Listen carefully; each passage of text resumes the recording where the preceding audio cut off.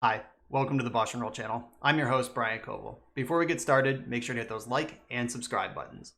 If you want to see me play your favorite deck or your spicy brew on the channel, I take donation deck lists. I'll do a deck tech, play a full Magic Online League, and help tune your list. If that sounds good, check out my contact info. It's in the video description below. Now let's go play some Magic. Welcome back to the BoshNRoll channel. Today I'm playing Pauper for the first time in quite a while, and I'm excited for this. This list, I chose this list. I was given a dealer's choice donation deck to play Pauper from Akia. Akia said, pick your favorite deck or whatever, but I want to see some Pauper on the channel, and I'm happy to oblige.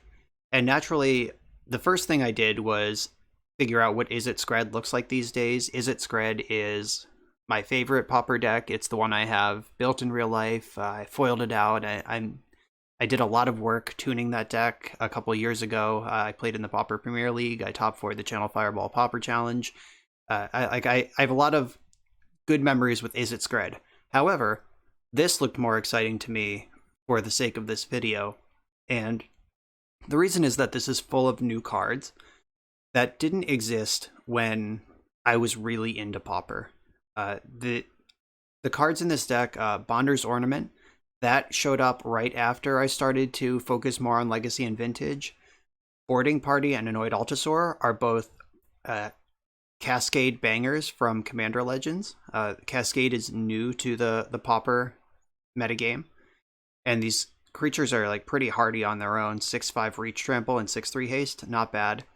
Saruf's Packmate is from Kaldheim, and so this is a pretty new card as well. So a lot of new cards in here. A couple of ways to become the Monarch. That's not new. Blightning, got some 2-for-1, some removal. And Llanowar Visionary, also, this card didn't exist last time I was playing Pauper. So a lot of new cards. This is a brand new archetype that just came out in the past year. And I'm pretty excited to try it. This is just trusty old Jund. This is very close to the standard and modern deck where you just like 1-for-1 in the early game and then you cast big Cascade threats to take over once both players are top decking. So let's get into this. I'm excited to try it. I'm on the draw in round 1. This is kind of a ramp deck, so this is not a keep with the 1 forest, a bunch of cards that don't play. I'm going to keep this one. Golgari Rod Farm does a lot of heavy lifting in situations like this. I'm going to bottom forest. These Karu lands, if you haven't played with them before, are super messed up. Like, if you didn't draft Ravnica and you don't understand the just built-in card advantage in these things, it's so crazy. I think these cards are kind of a design mistake, actually, and they definitely would not show up at common in a present-day standard legal set. But I'm excited that we get them in Pauper, and they let you keep these 2-land hands that are actually 3-land hands. Really cool stuff. I'm a little worried about my opponent over there with their forest, mountain. This looks like a deck that might be able to destroy a land. If I get Stone Rained, it's obviously a huge beating. But if I don't, I get to Blightning next turn.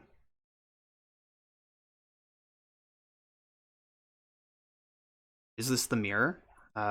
They certainly have Jund mana. And all of the cards that they've played are also in my deck. Yeah, alright. This looks like it could be the mirror.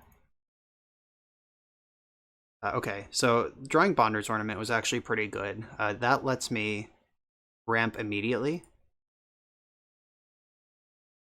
Like, so I get to Ornament and then bolt this creature. Bolting Llanowar Visionary is they got a 2-for-1 out of that, but I got to pull ahead on mana. So now I'm ahead, even though I was on the draw, so I'm up a card and up mana to where they are, so that's a pretty good place to be in a Jund mirror. Uh-oh. So Bonder's Ornament is each player who controls Bonder's Ornament draws a card. That's its activated ability. So don't think I'm going to be activating that one in a hurry. I could Abrade theirs. That actually seems pretty good. I should have Abraded first, because now they can kill this. If I Abrade, then go to combat. Alright, yeah, I kind of blew that. Destroy target artifact. Yeah, when they bolt my Llanowar Visionary here, I'm going to deserve it. Yeah, hello. Alright, so we're back to card parity, except I'm still up on mana. This Blightning, I'm letting their hand work down a little bit. You don't really want a Blightning early, because it doesn't do anything. You want to catch like the best card or the top end cards at the end of the chain. 1, 2, 3, 4, 5 comes into play tapped, unfortunately. I'm going to play this and pick red. So I'm going to Blightning them.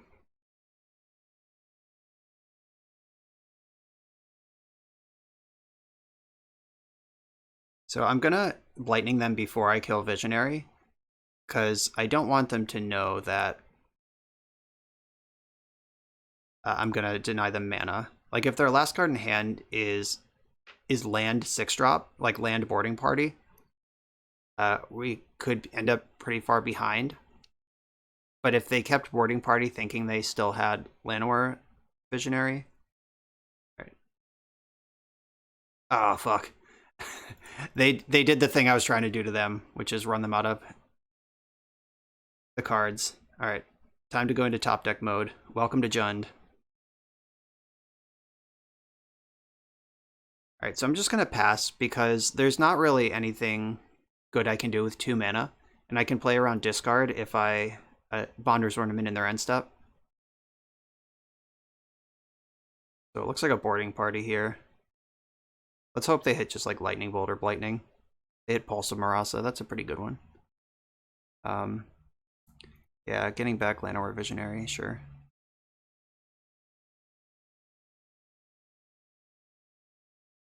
I guess I should. This makes green. I can't leave up green and black and red here, so I have to just pick one. All right, that's a banger. All right, so they get to crunch for 6, but I get to board the party. Hopefully I'll hit a Blightning now and empty their hand.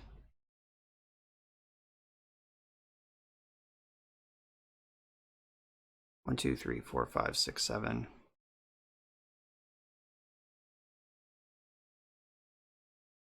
It's party time. Nice. Right, so answered their party. They have Visionary in their hand and 1 mystery card. This is a slugfest, and I'm kind of here for it. I hope we don't do this all 5 rounds, but I'm excited we got to do it once. 1, 2, 3, 4, 5, 6. If they have a land, they can flash back their Edict. But that's a 7 mana answer for a thing that I already did. It's not really where you want to be.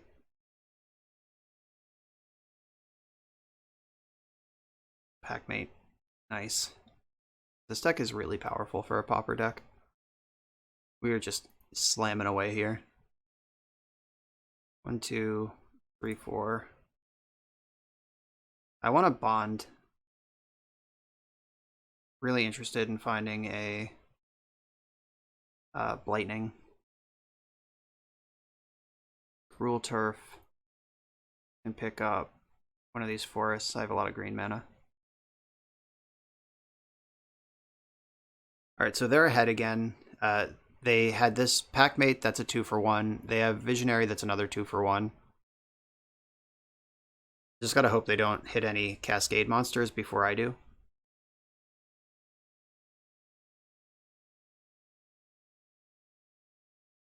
And they have a Chainer's Edict in the graveyard. I have 2. Yeah, I have 2 in the graveyard. But I'm behind on board, which makes it a whole lot worse. Find a... Oh.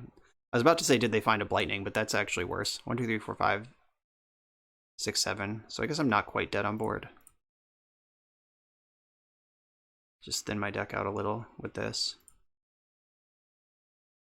Pulse of Marasa would be great. Or I could just lose.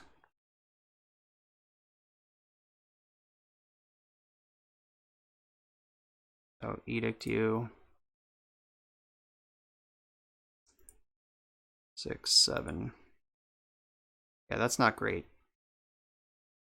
But it's the play I had. I don't think drawing a card is better than that. Yeah, that Pulse of Marasa was a really good hit off of their Cascade. If I draw a Pulse, I can Pulse back Boarding Party and Party. 3, 4, 5, 6, 7, 8. I'm dead. Yep, they were able to string together 2-for-1s when I wasn't. We both went into top deck mode. They had a better Blightning than me. Nice. Alright, so Penumbra Spider, that's definitely what this is for. We'll keep a Gang Shinobi. Are you for this matchup? Probably not. You're probably for blue matchups, but I don't think it's bad. Alright, so Penumbra Spider is 100%. Suffocating Fumes can go out. That card isn't really for this matchup. Then do I want these Shinobis? How often am I attacking? Like, how often am I going to be attacking with an unblocked creature versus this card just gets discarded from my hand or rots in my hand? Or how often are we going to be hellbent anyway and this card isn't worth ninjaing? I think that this is pretty reasonable. Maybe the cast down I don't need. Though cast down kills this thing. A Braid kills Bonder's Ornament, which was actually like kind of part of that game. I think splitting 1 and 1 is fine. Yeah, Edict also answers Altasaur. You can fight it in combat. Bolt might be worse than cast down, actually. Yeah, I think I like that. Okay, here we go. Jund Mirror, round 2. The question is, do I take the draw? Is that the secret technology? I don't think so. I think I want to play first because getting to your Cascade monsters first is pretty important. Getting to pop off that first thing before they Blightning you. Yeah, that sounds like a big deal.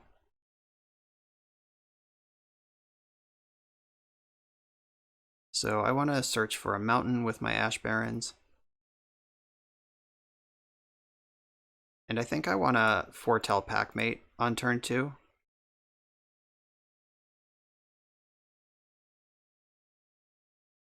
Yeah, so I foretell Packmate on turn 2. Then I can cast Packmate and use my Rot Farm on turn 3. That uses my mana pretty well.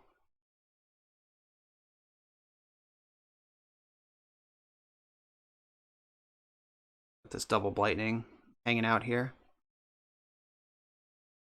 That will be powerful eventually. I hope. But I love Karu lands. My opponent hasn't had any yet in this whole league, or in this match. Alright, well, that can only be one thing. Oh, why is their exile box so big? Okay. You've got one, I've got one. Woof woof. The Bonder's Ornament, found that, that's good.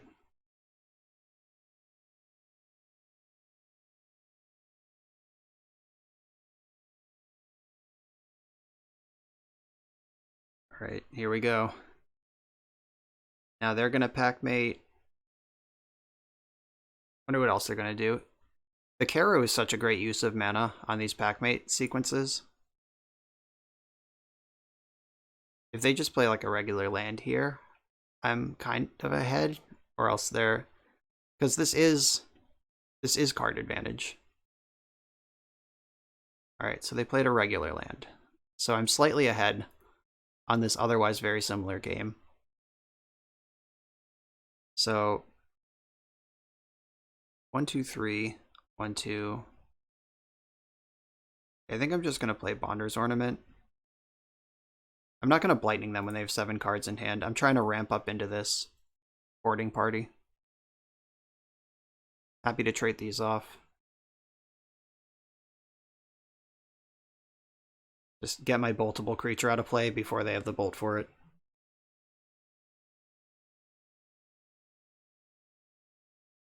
So being on the play and having the Karu and having the ramp I'm 2 turns ahead of them for boarding party.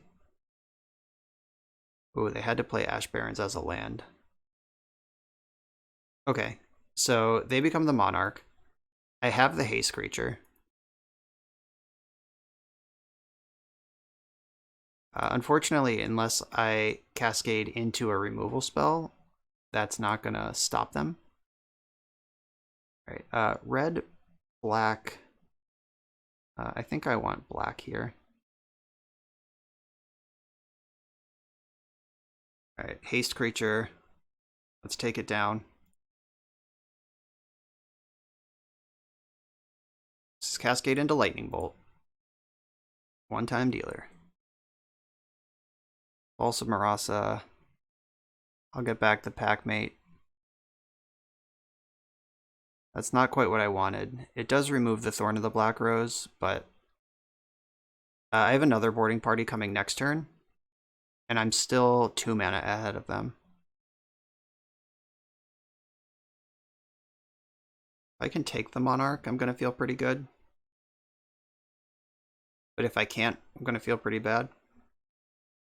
That's like having Bonder's Ornament that you don't have to pay 4 mana to use.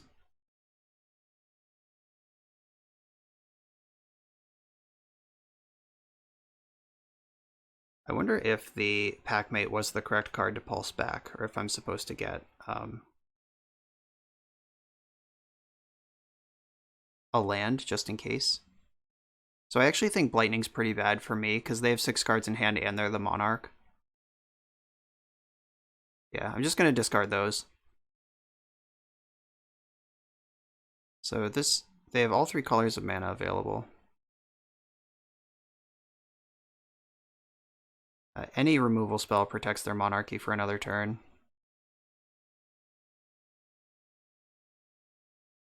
The value.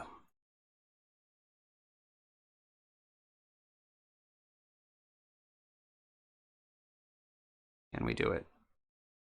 Nope. No chance. Never had a chance.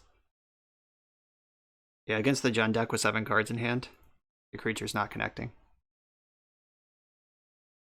The turf.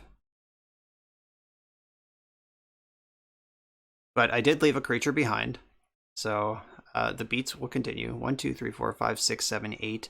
I'm 1 mana short of pulsing back my boarding party and boarding again.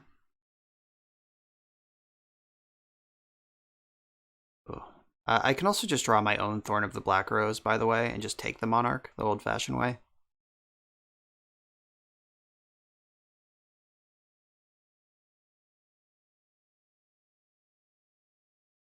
So 1, 2, 7.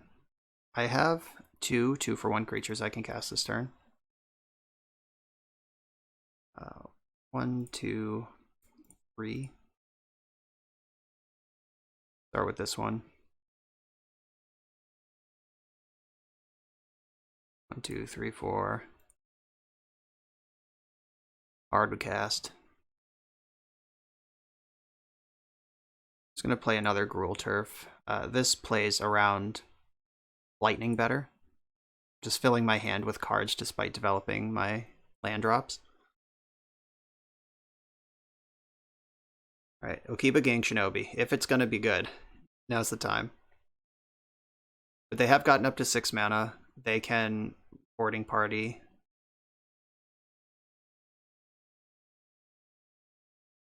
Alright, that's not boarding party. That's not great.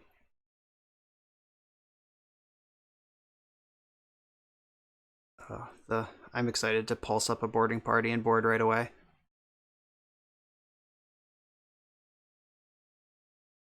Alright, we have Bonder's Ornament parity now. They are representing Lightning Bolt still. Yeah, there's no way you attack there.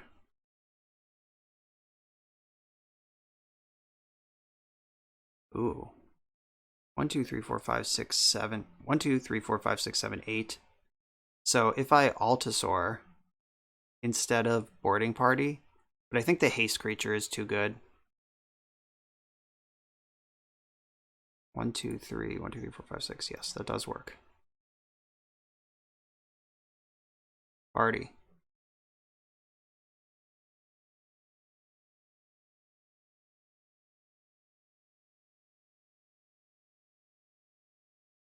In you go. Removal spell. Removal spell. Yes. 3 damage to target creature. Alright, they need 2 lightning bolts to not lose the Monarch here. Do they have them? They do not. Alright, I'm the Monarch.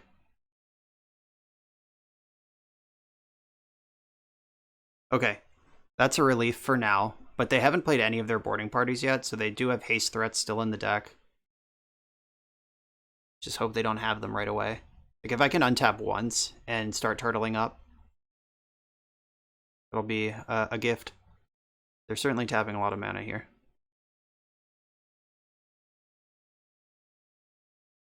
Ooh.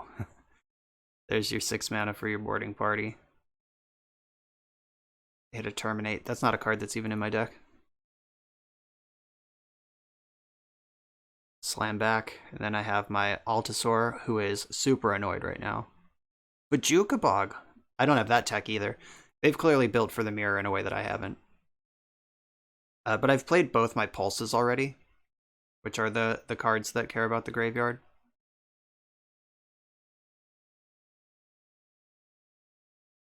So, cascading into boarding party is the nuts here. And I get to cascade again. 1, 2, 3, 4, 5, 6, 7. It's so annoyed. I hit Lightning Bolt. Yeah, I'll kill your boarding party, I guess. Not excited about it, but I'll do it.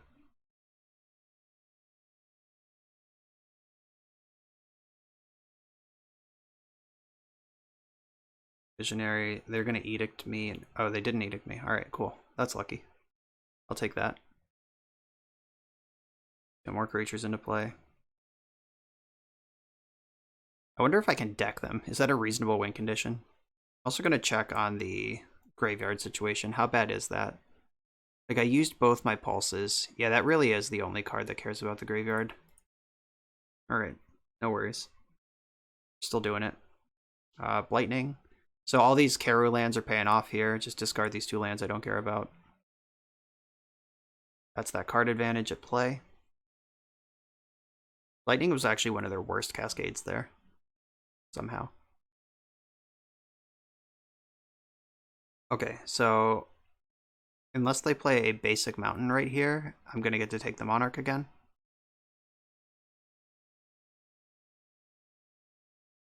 I get to do it twice. Alright, Edict you. It's time to Okiba Gang Shinobi this opponent.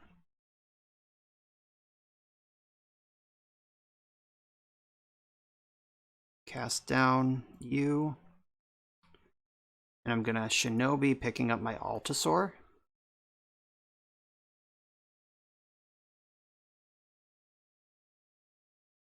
Yeah, Altasaur is a better pickup than... It's basically a choice of how much damage I want to deal versus what sick card I want in my hand. Ninjutsu. And then taking the Monarch gives me an extra card, so Blightning doesn't even take the Altasaur. Discard 2. Alright, this Shinobi's looking pretty good right now. Wow, they have 2 Bojuka Bogs in their deck. I didn't play my land because I'm playing around Blightning. Heather? Does my build not respect the graveyard enough, or is that not really for this matchup? They just had it that one time. Looks like we're getting boarded. Oh, this is delightful. Lightning Bolt, oh no.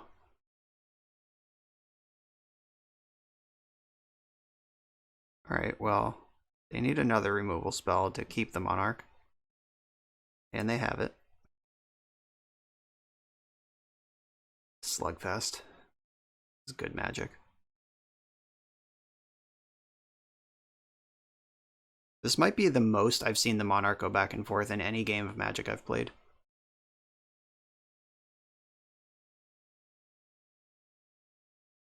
They foretold another Packmate.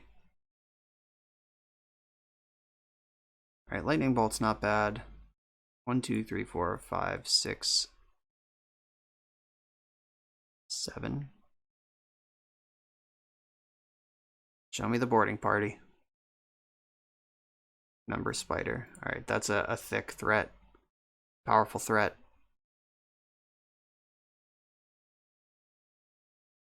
Now I get to play around lightning the other way by having no cards in my hand. I prefer the way that I have lots of cards in my hand, but that's not what was given to me.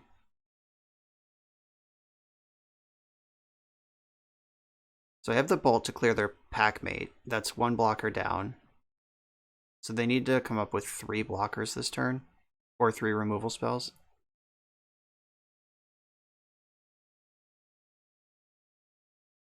Don't want to forget that's there. So playing land is good. There's the packmate we know about.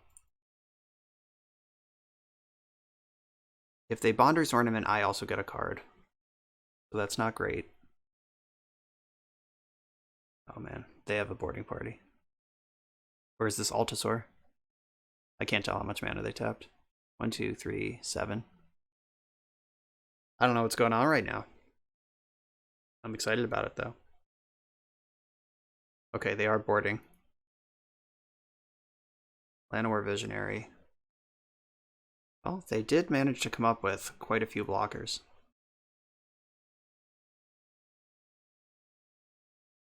So I'm going to bolt boarding party in the end step. Unless it attacks, then I'll just take 6.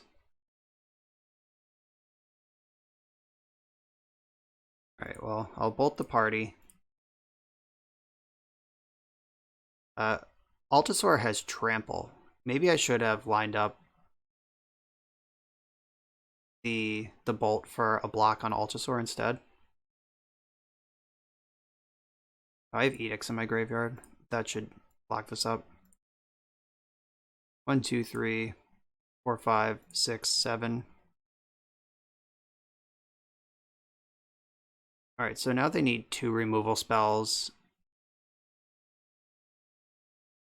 because Altasaur is trample. I guess they only need 1. They can cast down and block the number spider. Alright, so they have the removal spell or they're not even bothering with it. Okay. They didn't bother with it, and the reason is they want an attacker to crack back and take the Monarch. But I have one more blocker here.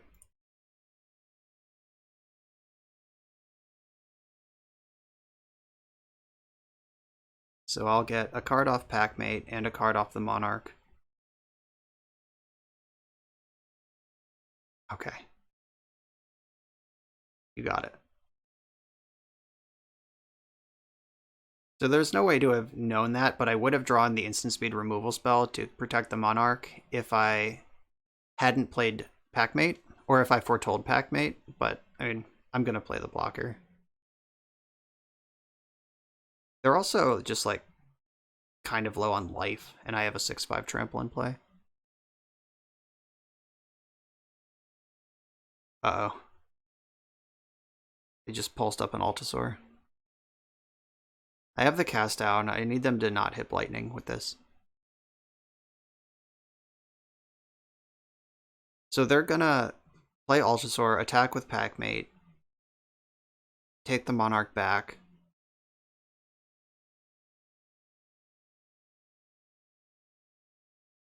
Oh, this is so scrappy. They hit boarding party here, I'm done. What was the hit? Visionary. There's so many 2-for-1s.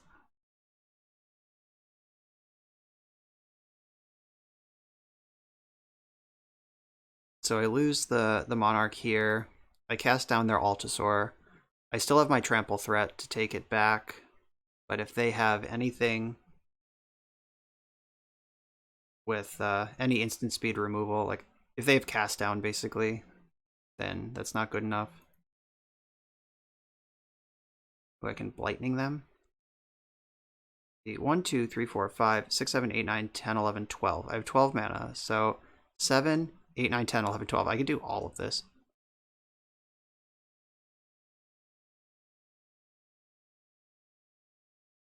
But all of this is... Hold on. Gotta be careful. Do I have enough black? 1, 2, 3, 4. 1, 2, 3, 4. Or 1, 2. Yeah, I have exactly enough black mana to do all of this.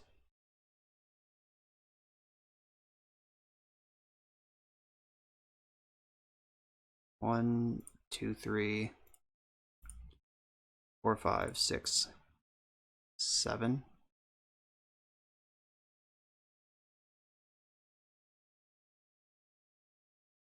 One, 2, 3. Lightning you.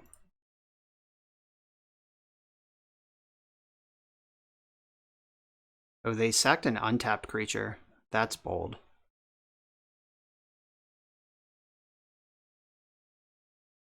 No respect at all. So I'm going to attack with both creatures. That puts them to 1 and makes it so I don't get blown out by a single removal spell. Or they're at 2. I miscounted one of these creatures. Alright, they're dead to Lightning Bolt or Lightning. Both of which are cards in my deck. I think I have one more Blightning in the deck. I also just have my 6/5 trample hanging out.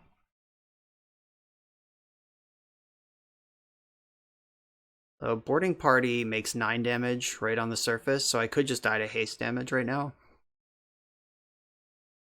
Oh, of course they have it. Oh, and they had the lightning bolt too? Alright. Okay. I was out-junded. I think it's right to make the attack there that takes the Monarch, even though it exposes me to exactly boarding party lightning bolt. Sometimes you get out-junded. Was that the same? No, they picked up Altasaur with their Pulse of Marasa, so I didn't know about that boarding party. That's alright. Next round. And I'm on the draw with this handful of removal. I'm going to keep it. Like, this hand gets my mana under me, and it's not going to die very quickly. And the goal is to 1 for 1 until you can start cascading, and the hand's pretty good at that. I wish I knew what Ice Tunnel meant for me. Like, is this Dimir Delver? I understand that's a deck in the format right now. Or is this like does Tron start with that card? I don't know. We'll find out soon. It's fun when you know everything about a format. It's also kind of fun when you're a little when you're a little behind on a format. Like I would never want to be completely clueless in a format, but my opponent just cast Brainstorm and missed their land drop, so let's not lose this one. That would be bad. Oh, okay. They found Ash Barrens, but decided taking a turn off playing a land was better than playing Ash Barrens as a land.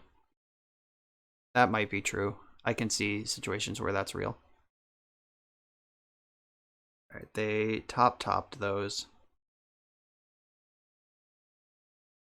Ooh, yeah.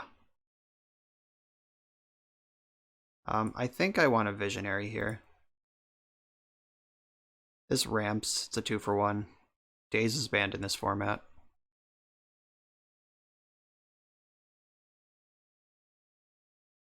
Alright, yeah, they just fired off Snuff Out. Didn't even wait for their turn to see what they'd draw. Get out of here. Okay, deal. Thorn of the Black Rose is the important card in this hand.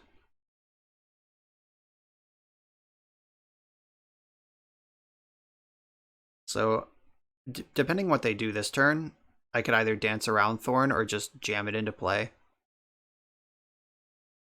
With 1 blue available, I don't think there's a 1 mana card that counters Thorn.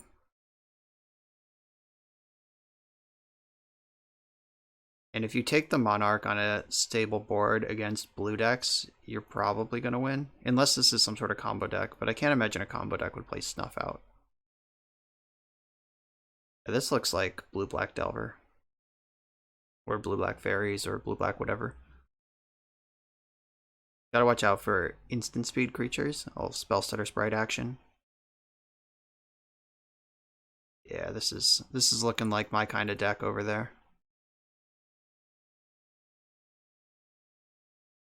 Augur of Bolas missed. That's the Pauper I remember. Just count on Augur to keep you going, and it just doesn't. Oh yeah. Joe Garmaggio. It can cast that down. So let's see if this resolves. They could dispel it. Alright, they didn't. I'm gonna play Ash Barrens as a land. Because I have these Bonders ornaments, like I'll be good on mana. I'm the Monarch. I'm not gonna attack because I don't want to lose the Monarch to a single removal spell. I want to make them have two.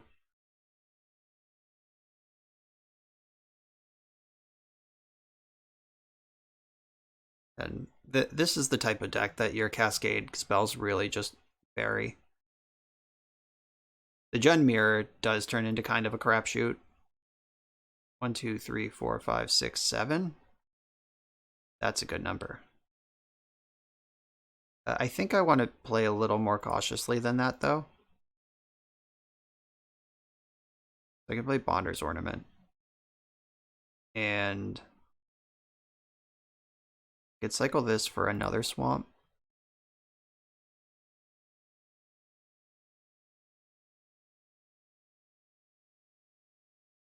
Swamp, and then I could play another Visionary. I have this Lightning Bolt that, like, I used the cast down already. Yeah, I think I want a second Visionary.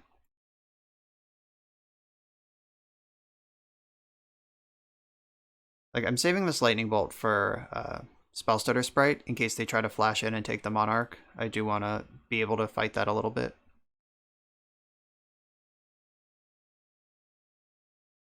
Still no attacks. That's not what this game's about. Not yet, anyway. Alright, she dead.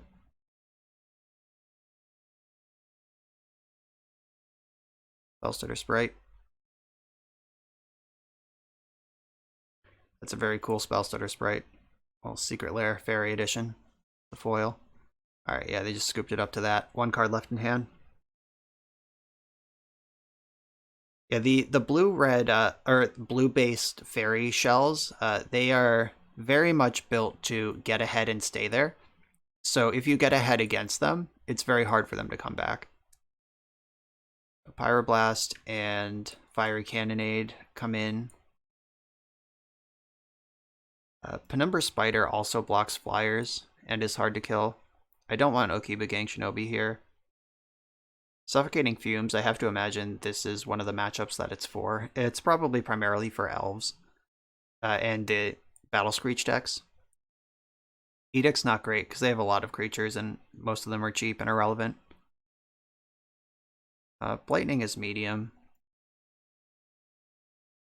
I'd rather add to the board basically all the time against blue. Just keep them from getting ninja supremacy and just generally challenging the board. Make them respond to you rather than try to respond to them. Alright, I don't need 2 Suffocating Fumes. I'm not even convinced about the 1. But this is good.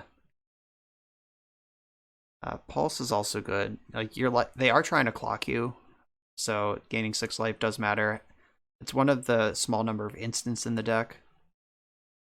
Ooh, Suffocating Fumes is an instant. I thought this was a sorcery. Never mind. This is coming back in. I'll find something else to cut. Maybe it's cast down because I'm bringing in 4 Pyroblast, which is a 1 mana cast down in this matchup. With the notable exception of Garmag Angler. So Abrade's out and Cast Down's back in. I've Cast Down and Thorn of the Black Rose's Death Touch are basically my only answers to Garmag Angler. This Altasaur and Boarding Party can trade with it. Yeah, that looks good to me. I still don't want Chainer's Edict. They're going to have enough random 1/1s around that Edict's not going to eat a Garmag Angler very often. Well, as much as I love these, I'm not going to keep it as a one-lander. There we go. I'm going to send Spider to the bottom. I get to do this cool trick that basically only exists in Pauper. Depends on if I draw a different land or not. Alright, so cool. I get to play Ash Barrens, and I can cycle the other Ash Barrens with this Ash Barrens. Then on my turn, I float mana with this Ash Barrens, pick it up with Gruul Turf, then cycle itself with its own mana.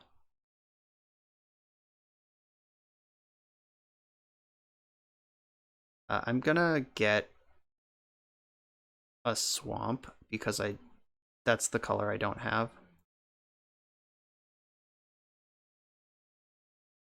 So get the Swamp for now. Then I'll probably get a Mountain with the other one because having double red is gonna matter. Oh, that's just the best card. So pick this up, cycle it, get a Mountain. And off we go. They don't have a creature in play, so I don't have to worry about getting ninja'd this turn. And from there, it becomes pretty elementary to defeat this deck.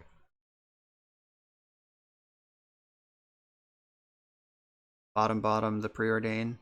That's good news. Oh, they missed another land drop. That sucks for them, but it's good for me. Easy Llanowar Visionary on this board.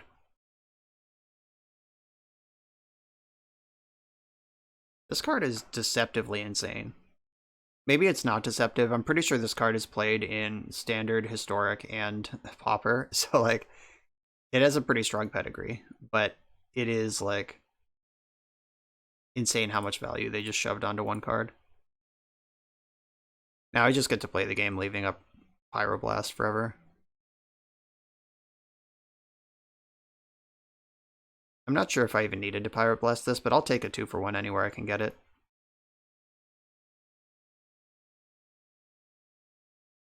One, two, three, four, five, six. I get to Boarding Party next turn, unless they spend another Snuff Out.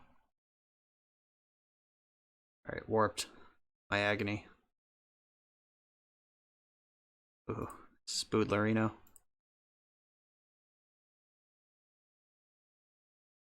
That's a tough card for them to get through. And they're still playing on 2 lands. Kind of feel bad.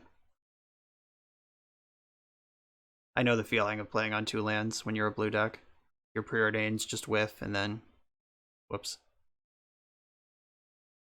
Alright, I have my one answer to that. Fairy Seer, sure. Scry 2, looking for more lands.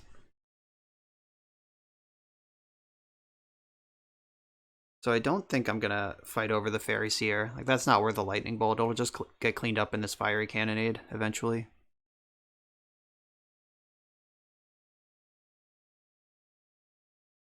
Cast this down. Hope they don't have foil.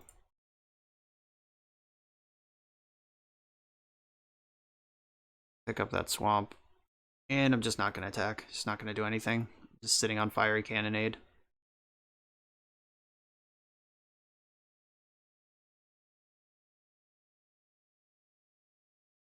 My creature has reach. Right. They knew that. Oh god. 1, 2, 3, 4, 5, 6. I can Boarding Party with Pyroblast back up. Dumb. This card was going to be hard to answer anyway. Let's pulse back that Visionary. Yeah, they're just dead. Alright. Yeah, that was a pounding. I understand why people would want to Jund if other people are playing fairies. Alright, I have a hand much like my last one. I'm going to keep it. It's not going to die very quick, full of removal, and we just need to find a payoff. It's hitting land drops for a while here. Another blue deck.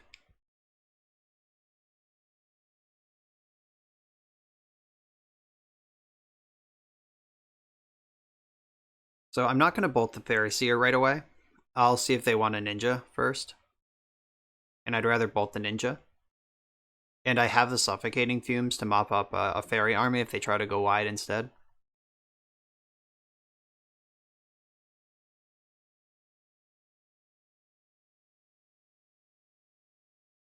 So I don't think you just ninja into a mountain. All right, yep. Handled it. So if they don't, I think I will bolt if they just don't do anything else. All right, that one's kind of lame. All right, I'll bolt the Delver.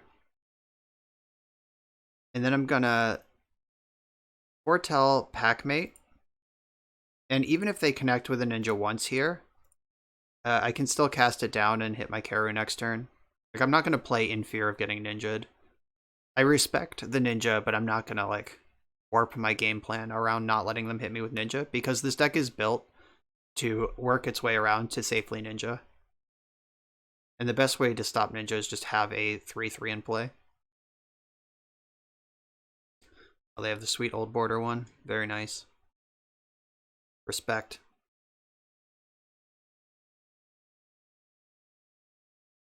Alright, so I'm going to cast down the ninja. What's happening, Moto? That looked weird for a second. Freaked me out. Only a legend in our hearts.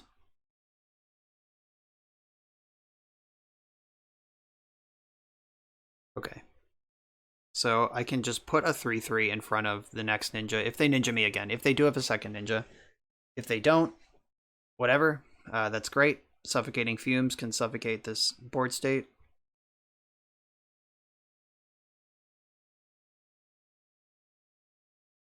Alright, they did not have a ninja.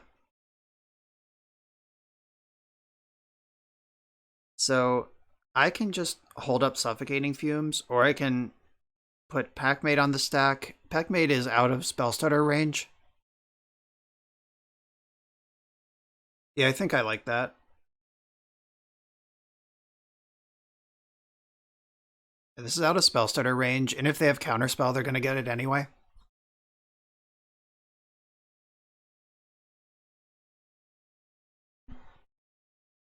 Hopefully this big pause with this card on the stack is them counting that 3 is smaller than 4.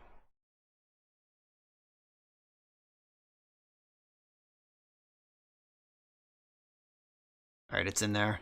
3 is in fact smaller than 4. Ooh, that was a good land to hit. Let's develop that further. Pick this up, cycle this with the floating mana, get another mountain.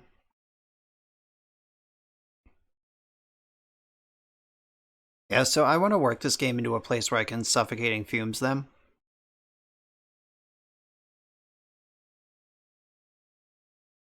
Like, I think I can, like, with the Pulse of Marasa being an instant, I think I can challenge them in their end step, force some action, or just beat down with my 3/3 and just suffocate them. Just crush them.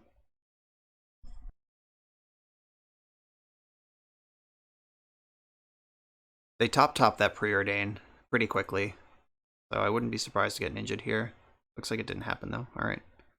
I am a little surprised we didn't get ninja'd there.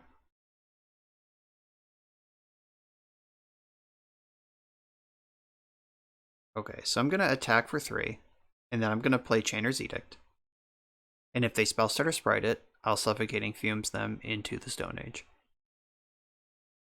And then I'm 2 turns away from an Altasaur.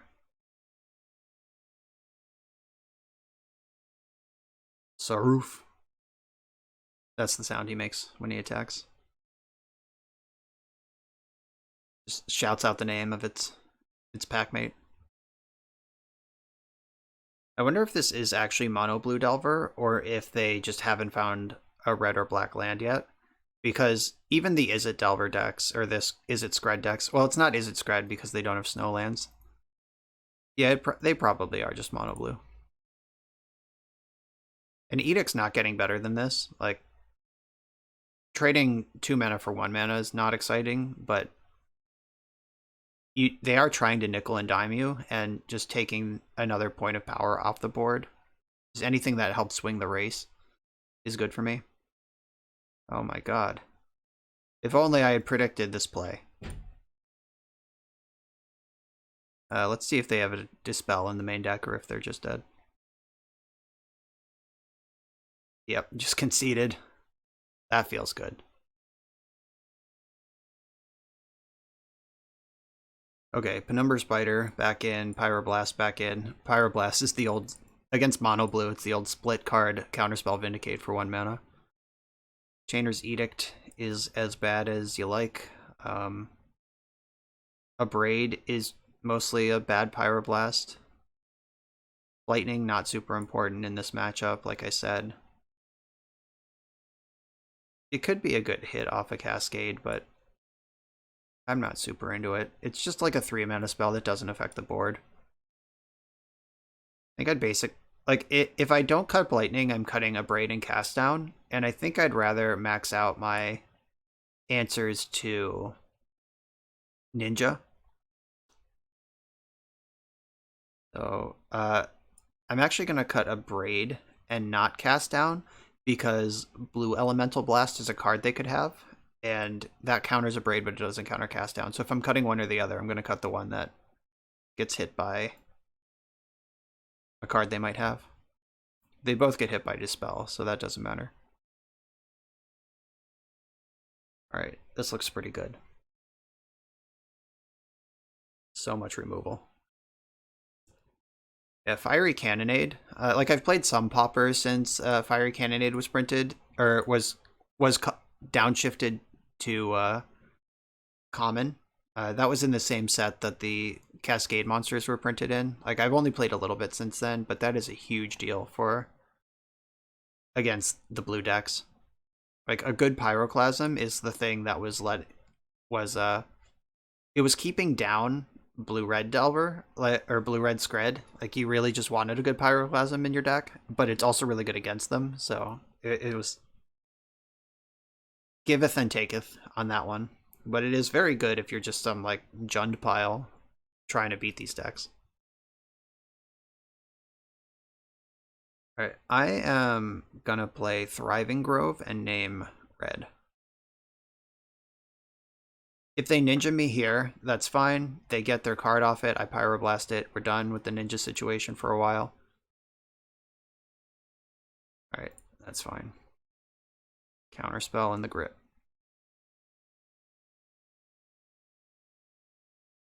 So I'm going to foretell my packmate, probably. Depends on what I draw. Lightning Bolt is like the one thing that might change my play there. Because I could just kill these two creatures and be done with them. Don't worry about Ninja for a while. Play around the counterspell. Or I could just shove through the counterspell with the Pyroblast. I think that's better. I'm just going to foretell packmate, and then I can protect my packmate with Pyroblast on a future turn. Then I just have a 3/3 in play, which also answers Ninja. And Mono Blue doesn't have very many good answers to that.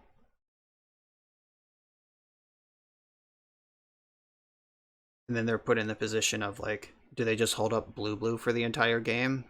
Or what? Especially once I'm holding up Pyroblast.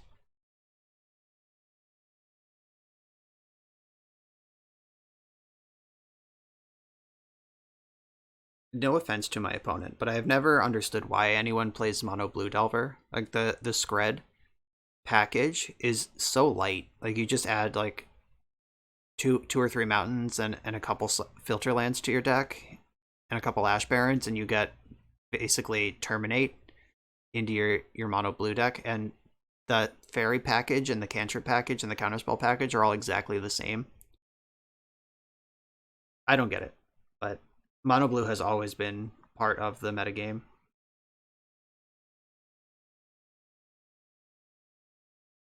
I'm going to play my Swamp and my Packmate. Hold up Red Blast. And then slowly take over this game. They got their early beats in. A Ninja did not come forward.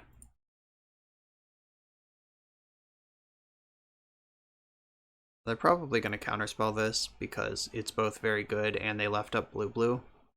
You can't just do that forever. Bang. Nice. Got another lightning bolt. Lightning Bolt kills Ninja. It also messes with Spellstutter Sprite math. Lightning Bolt and Pyroblast are pretty close to the same thing against Spellstutter Sprite.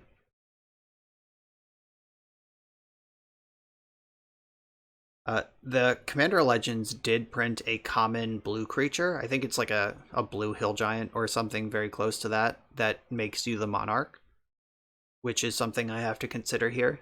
That card did not exist. There was not a playable blue Monarch card at common before Commander Legends. So I'll keep an eye on that situation.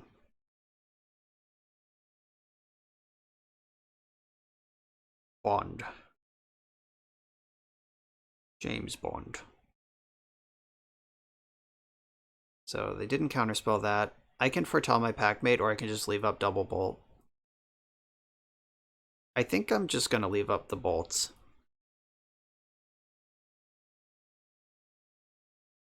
Because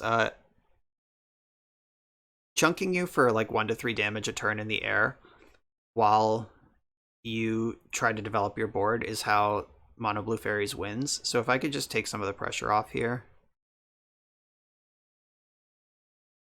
And I'm also forcing interaction in their end step. So like, do you spell stutter this? Because if you don't, you might end up with insufficient fairies to counter my good spell.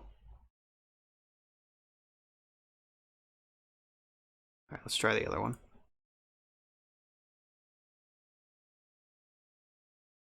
So this is... I'm not like excited to spend Lightning Bolt on Fairy Seer, but it is a 1-for-1, and I'm actually trying to flush out the counter spells for when I find my real cards, my Fiery Bombardments and my Suffocating Fumes. There's the Hydroblast I mentioned in sideboarding, by the way. I was right. Vapor Snag, pick up your own fairy. That's not something you want to do. Yeah, that was ugly. I'll take it, though.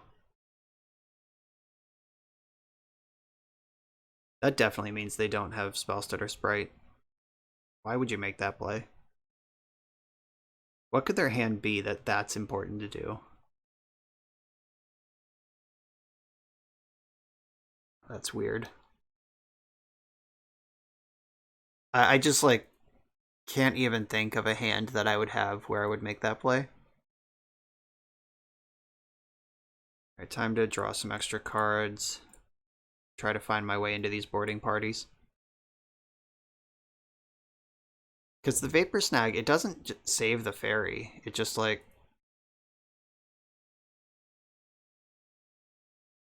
Yeah, I don't know. Like, it doesn't save your Spellstutter Sprite. Basically, it doesn't do anything. And I'm still not attacking with Packmate, even though this race is probably favorable for me. But just... Unlike most decks against blue, Jund does have inevitability against the blue deck. So I am going to outdraw them. I am going to outpower them as long as my life total isn't at 0 by that point. Alright, yeah, they just gave up. Deal. Round 4 is coming. But I'm on the play with kind of a weird one. Like, this doesn't cast any spells for a while, but the Bonder's Ornament means any land plays and gets things going. I'm going to keep this for science. Like, the great thing about Pauper is that you're not just going to, like, just die in any game. Like, there's burn decks, there's Bogles, like, there's fast decks, but you're not going to, like, there's no Chalice of the Void, there's no Tendrils of Agony. So, like, you're going to get to draw cards and play the game, and immediately rewarded for my gamble. So Volatile Fjord is a card in the Is It Scred deck, which is the deck I would be playing if this tournament was important. And let's see how this matchup looks from this side. I imagine Jund was a response to Is It Scred, just because it's pretty good.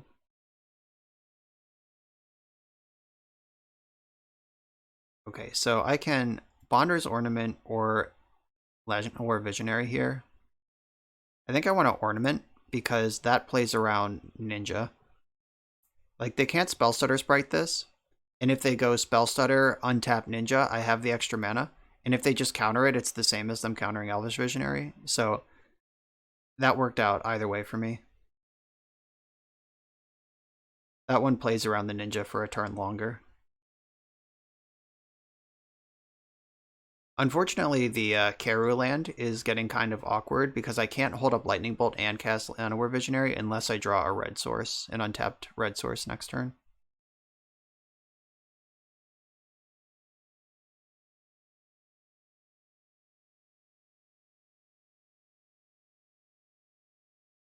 So they're still not on board after all these turns. But their deck's full of flash creatures, so that doesn't necessarily mean anything.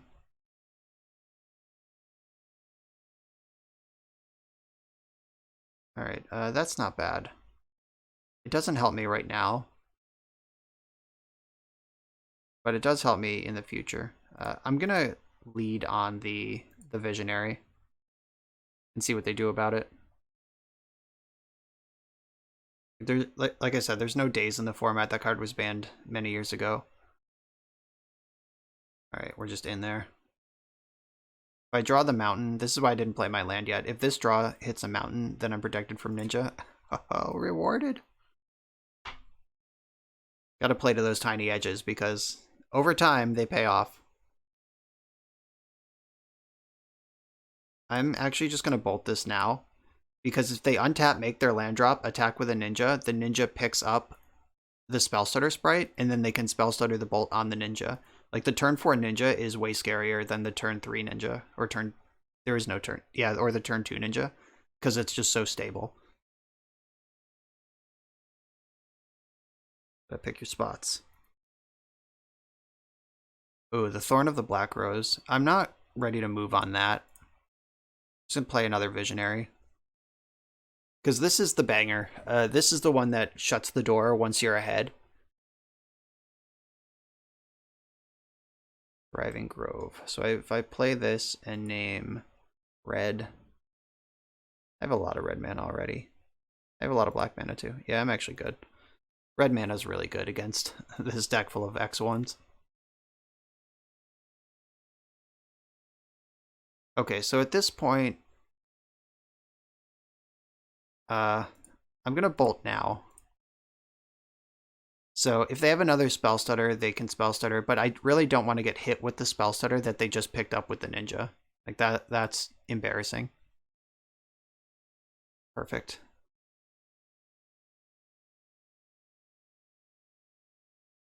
Just knowing how to time yourself around Spell Stutter sprites and ninjutsu stuff is a lot of playing this format and this matchup especially.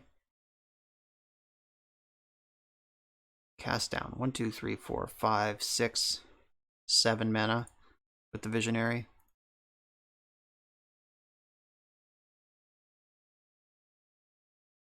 I think it's time. Time to become the Black Rose. Is having this extra removal spell, like, if they cast Counterspell, they were going to cast Counterspell anyway. But this gets around. Yeah, and I can pulse that back later. No rush. Yeah, I already played a land, so I don't get to play that one. Yeah, I'll work on pulsing that back. That's fine. That was a 2-for-1. They have 3 cards in their hand, and so do I, but I have 5 lands in play to their 4. Ponder, so their card selection is how they catch up with my card advantage. So we're actually playing kind of an interesting game here, but I think Pulse of Maras is ready to bust it open. There are not a lot of shuffle effects in these decks. There's usually like the Ash Barrens and some Terramorphic Expanses or Evolving Wilds. All right, what you got here for me? Like, Augur of Bolas is the thing that they'd probably want to main phase. But if you Augur, then you put down your shields, your counter shields. It's a tough choice. I'm going to cycle this for a forest. I think a forest. I'm not convinced it matters a lot, but forest is the basic land I don't have. In case they can mess with my Gruul turf somehow. Alright, 1, 2, 1, 2, 3.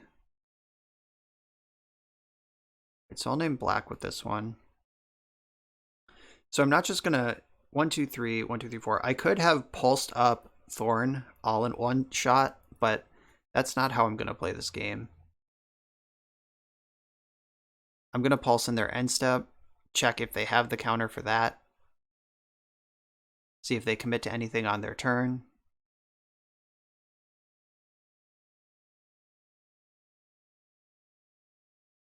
They're well out of Spell Stutter Sprite being particularly helpful. They've already used 2 of them.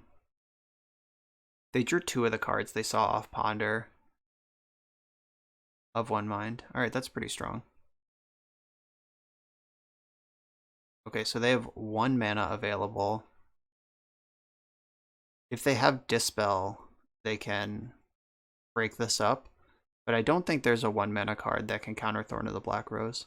And I don't care if they kill it once it's in play, because I'm already the Monarch.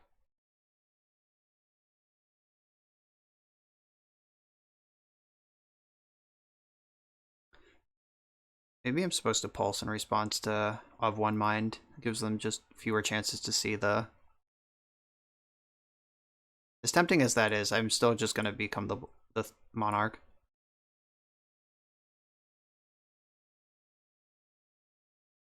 Like, this is going to do a lot more than Boarding Party over the course of the game.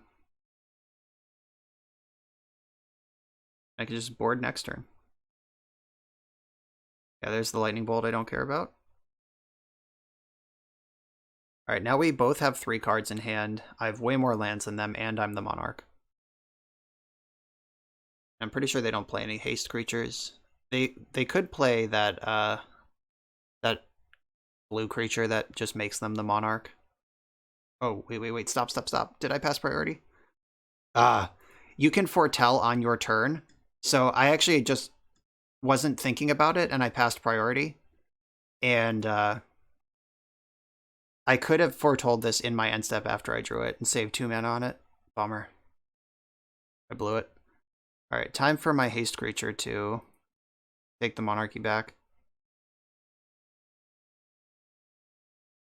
This is the red one. Yeah, they have there's a red 4-drop and a blue 4-drop that become the monarch. I'm not sure what numbers of each these decks play at this point.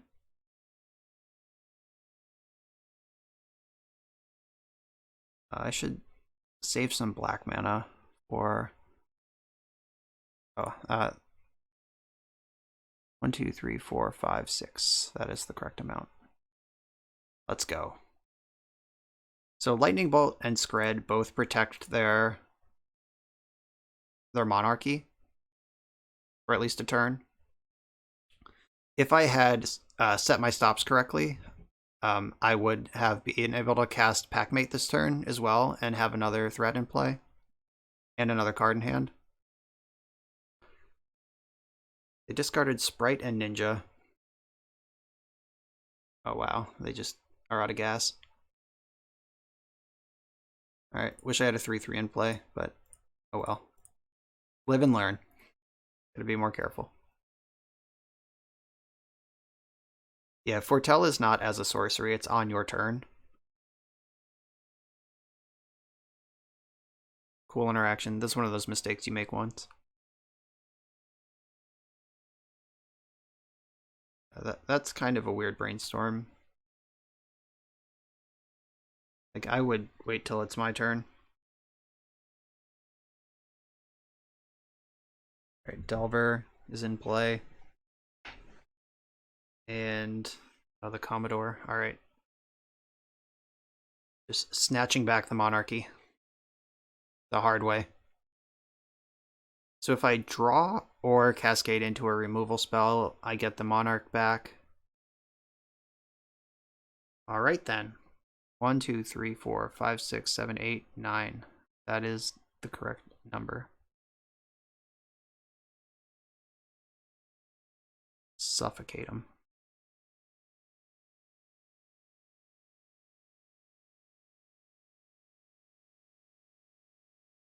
Uh, 2, 3, 4, 5, 6.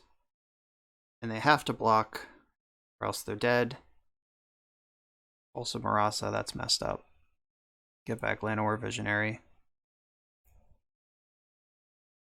They would be dead on board if I had foretold that thing 2 turns ago and cast it last turn. They'd be taking exactly 9 through a blocker. Little mistakes add up. Pauper's a tough format.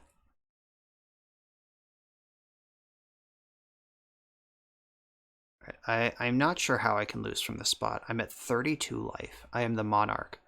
I have a removal spell, a big creature, and a foretold cantrip, 3/3. Just all waiting for my opponent who has that 3 life. There's still 2 lightning bolts and 2 blightnings in my deck that kill them instantly. They drew a land for the turn, or for the Monarch trigger. They didn't have that land drop last turn, so that is new. And they're dead. Alright, cool. Still learning sweet interactions in this deck. Hey, it's that sideboard plan again. So we've played against blue-black, blue-red, and mono-blue of the Fairy Shell, which is so dominant in Pauper. But this Jund deck seems to have the number for that Fairy Shell that just ran Pauper for years. Yeah, the Suffocating Fumes. Yeah, this is a new card from Ikoria. Or is this a reprint? I know they've printed a lot of cards like it. I'm not sure if Suffocating Fumes is from Urza Block, or if that is actually a new card. Nope, it is actually a new card. Just looked it up. And, okay, here we go. Yeah, Weather the Storm, not new in Pauper at this point, like 2019 Modern Masters, or Modern Horizons, but is a sweet card all the same. Keeping this Karu hand. This is a little awkward. Karu's on the draw. You end up having to discard a card to hand size. So I'm not going to like mulligan to play around that because you end up down a card both ways. And this at least gives you more options. But this is the entire top end of my deck. And I get to do the float mana, pick it up plan.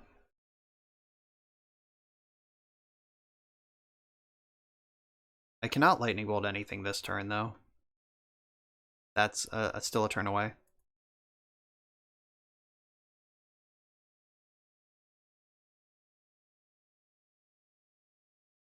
Get a mountain with this. Mountain. And now I have to discard the old Ravnica Limited special. I'm going to discard, I think, Altasaur. Like, I have the Pulse to get it back later, but it is the most expensive thing in the hand. And it's a kind of an expensive hand.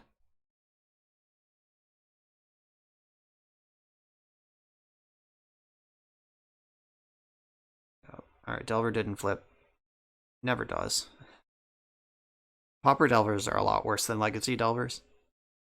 I actually don't like Delver in the Is It Scred shell. That was one of the things I developed back when I was working really hard on Pauper.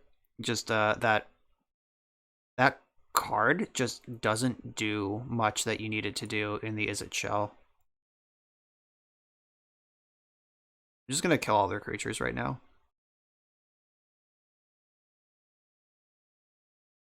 They have no creatures, they have no ninjas, they tapped out a blue, so I get to clean it up. You know they're holding Scred. All of my creatures are 2-for-1s or better. Land, please. Tilt. I will foretell the Packmate. I could hold up Fiery Cannonade, just make sure I don't get ninja'd, but I think that advancing my own plan is better than responding to theirs.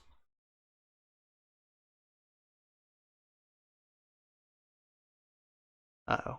Alright, well, I'll play this, see if they have the counter spell, or if they just want to scred it. If I hit the land on this, I get to foretell the other one. Alright, that's fine. It's a counter spell down.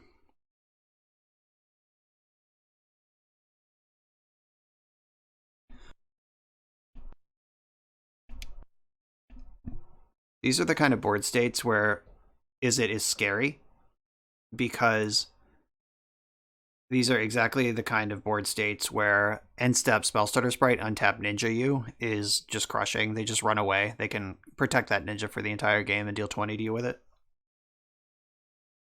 Pyroblast is a big insurance policy. I'll counter a Spellstutter Sprite if they play one here. So even though I've missed my land drop for a while, I still feel like I'm ahead in this game.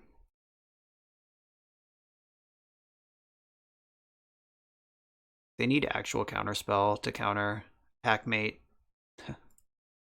Just keep running these Packmates out. Alright, that one's in.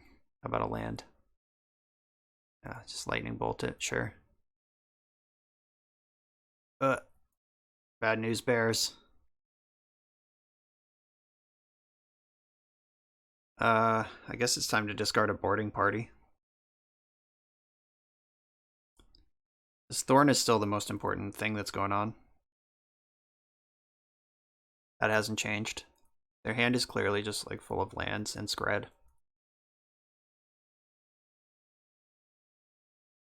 Play a lot of lands in my deck. Like, eventually I'll find one. Or I'll find all 4 Packmates first.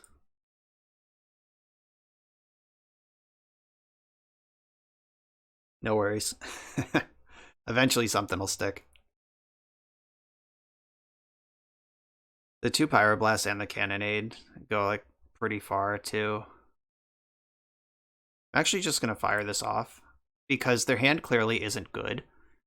And I want to make them fight back over something small like this instead of something that really matters later. I've already gone to discard once. I don't want to do it again. I'm not spending this mana on anything else. So just fighting over that makes sense to me. I got a Dispel out of their hand, tapped a land on their own turn. Like, I would rather resolve my Packmate than fight over their Brainstorm. And they just spent their Dispel fighting over their Brainstorm instead of focusing on my Packmate. This is the 2-for-1. Those were all 1-for-1s. Land. Another bolt right away. Land? Oh my god. Okie dokie. Please flash something in my end step. Okay, good. I get to Red Blast. Jeez. Alright, didn't have to go to discard. Alright, so they have 1 card left in their hand, and unless Brainstorm found Ninja, we know that it's Scred. But Ninja is likely. Okay. That was literally just the Flash 1/1 creature version. Ho, what's your plan now? I found the land. Foretell this beast. Literally. Nope, wolf. Not a beast.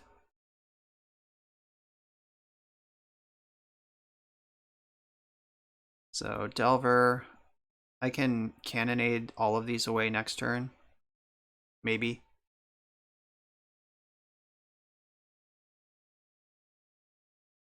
Alright. They haven't had a Ninja, and they're still working through the Brainstorm cards right now, so I thought I was pretty safe not to kill the Sprite there, because I don't think I'm getting Ninja'd, and it seemed to be right. Okay, that's great. I was hoping to draw a red source so I could Fiery Cannonade with Red Blast backup, but now I can Suffocating Fumes with Red Blast backup instead. And I'll respond to their Delver trigger on their turn. Because once Delver reveals, it's too late. And we know one of their cards in hand is Scred, so if the other's a counterspell, I'm going to win this counterfight. Alright. They have 3 cards in hand, one of them Scred. I'm still holding this Red Blast. Screw beats Flood. That's one of the rules of Magic. If the player who is flooding out doesn't win the game before the screwed player finds their mana, they're going to lose. So is it Scred time? Alright, there's the Scred. But every one of these Screds was just... And Lightning Bolts was just like, you discard a card, I draw a card. Which is an exchange I would take every single time in this matchup. And next turn I get to jam Thorn of the Dark Rose, or Black Rose, with Pyroblast backup.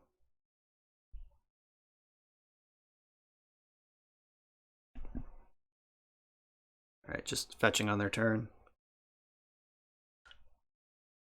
Looking for some F6 value, I guess. I probably would have held that fetch land in case I find Brainstorm or Ponder. Alright, 1, 2, 3, 4. Thorn of the Black Rose with Red Blast backup. They would need Counterspell Spellstutter Sprite in their hand to beat this. Yep, don't care about Scred. Yeah, this deck is shockingly Scred proof. Like, Scred is just embarrassing. All of my creatures draw a card when they come into play, or more. And just these 2 Screds, 2 Lightning Bolts they've cast this game have done nothing important.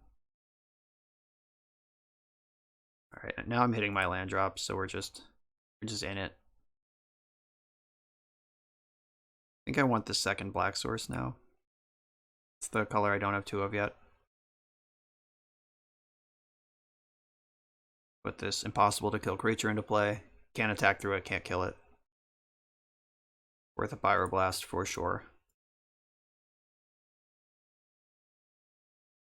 Alright, they didn't have the Spellstutter Sprite. That was the last thing I was worried about. So, should be all set here.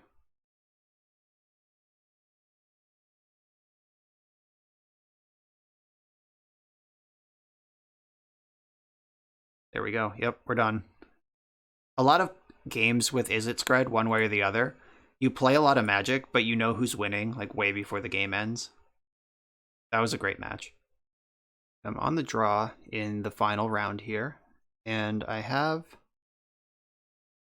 a hand that needs some help. I have 2 draw steps to hit a land that can foretell Packmate. How many lands are actually in this deck? 23. That is fewer than I expected. I'm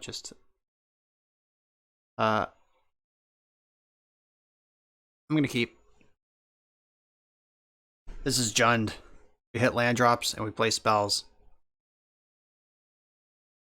So this Abrade hopefully will have a nice target at some point. Right, so if this is full Affinity, I don't know if Witching Well is just a card in Affinity these days, or if this is some different kind of brew. But Affinity is a deck that is as old as Pauper. There's different flavors over the years. Alright, I get one more draw step to try to not blow it.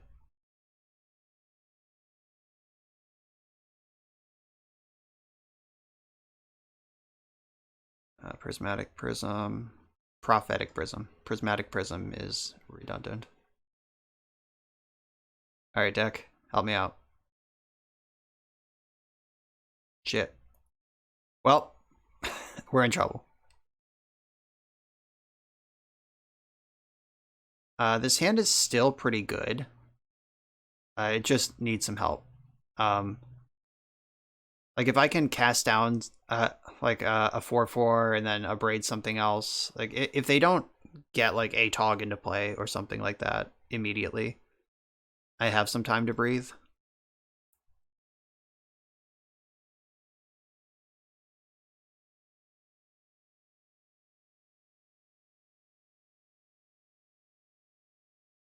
Right, so missing on 2 draws is unlikely. Missing on 3 draws is even less likely.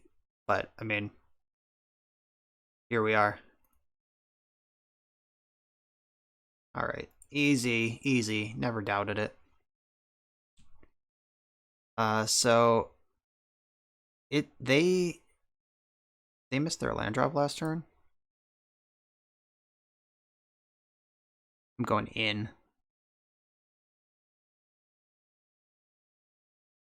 Yeah, they had Seat of the Synod, Witching Well on turn 1. And then Prophetic Prism. Maybe they missed their land drop last turn. They definitely missed a land drop somewhere because it was their third turn and they only had 2 lands. Alright, bummer. Thoughtcast makes me regret going after their land.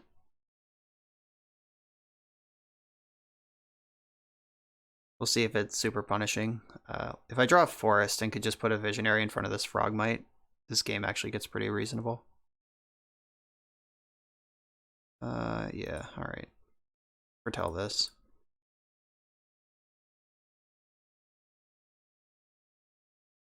Yeah, Forest sets this hand off.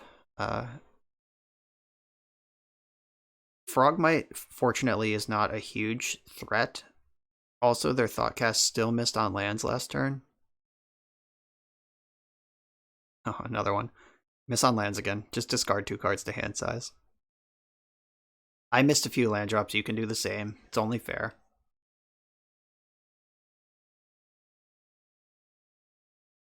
Alright. Did they miss again? Or are they just saving it for second main? Wow, they missed. Just Thoughtcast, draw 2, end step, discard 2. Brutal. That Abrade's looking pretty good, team.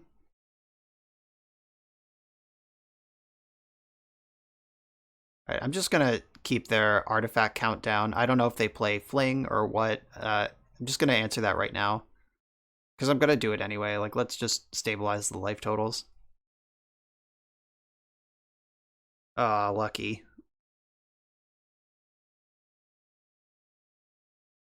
It's weird that they draw 3 Seat of the Synods. That's only a 4 of. It's not like their deck has islands in it. There's the Enforcer. Yeah, they're gonna unload a bunch of these now. Like, that's what's been sitting in their hand this whole time. Boo. We were hiding just behind the floodgates that whole time. I don't think I can come back from this. Alright, yeah, definitely not like this. Alright, they figured it out.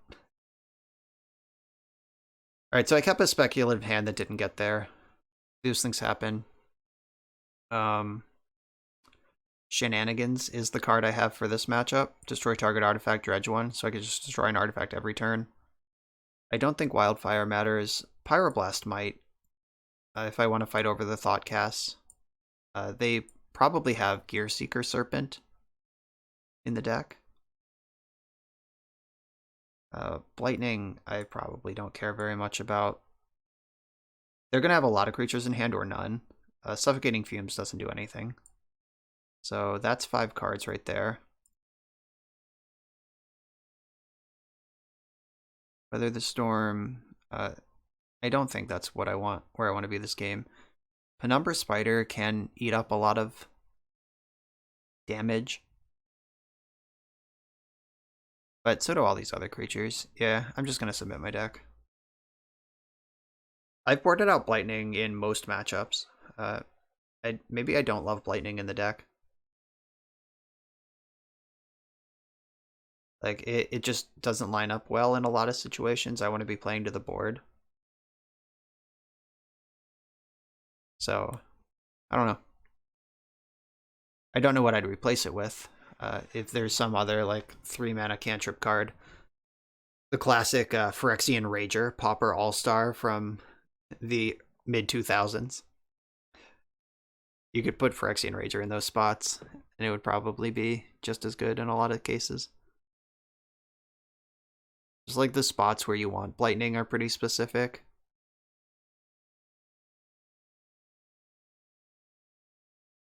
I learned my lesson, not keeping a 1-lander. Alright, I'll keep this one and put Altasaur on the bottom. Just being the most expensive card in the hand.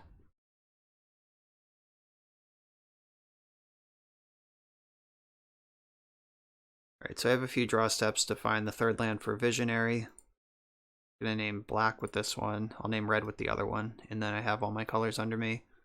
I have a cast down at the ready, or an edict. Bunch of removal in this hand. I just need to find the third land to keep it coming.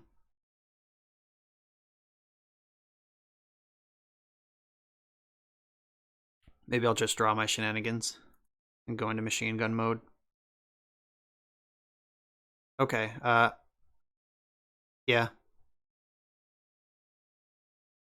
It's a little lame that these I've drawn exclusively ETB tapped lands, but at least I have lands, and I'm pretty happy with that. If I draw an untapped land, I can jam Visionary next turn. If not, it doesn't really matter. It's a pretty early use of a star. Must be digging for a land drop or some action. They top bottomed and missed their land drop. Alright, I'll take it. Wander's Ornament, alright. Name black here. A little slower than I was hoping for, but my opponent is also going pretty slow. I'm gonna Visionary next turn, not Bonder's Ornament. Alright, that's not ATOG. One of the few things that would have changed my play for next turn would be ATOG.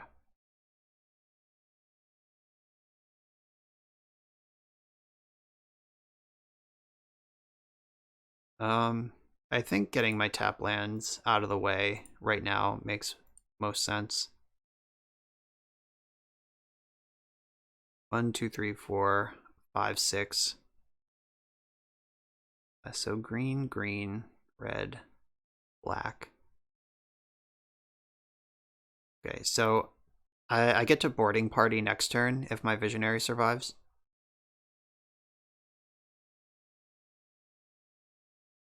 Or I could, like, if they just play like a 4/4, I can bolt the Frogmite, edict the 4/4.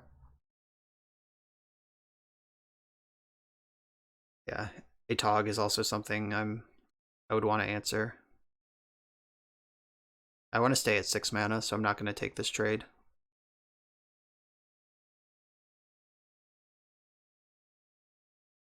Yeah, a Tog plus Fling is a scary thing that this deck is not very good at dealing with. Alright. So I took 2 to save 4. That ended up being a pretty good deal. Graven Inspector is messed up. That plays around my edicts so well.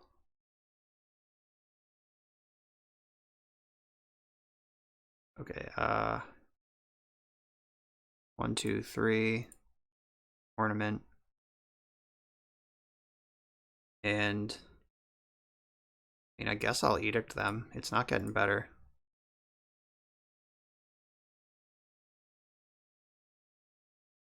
See you later, Thraben Inspector.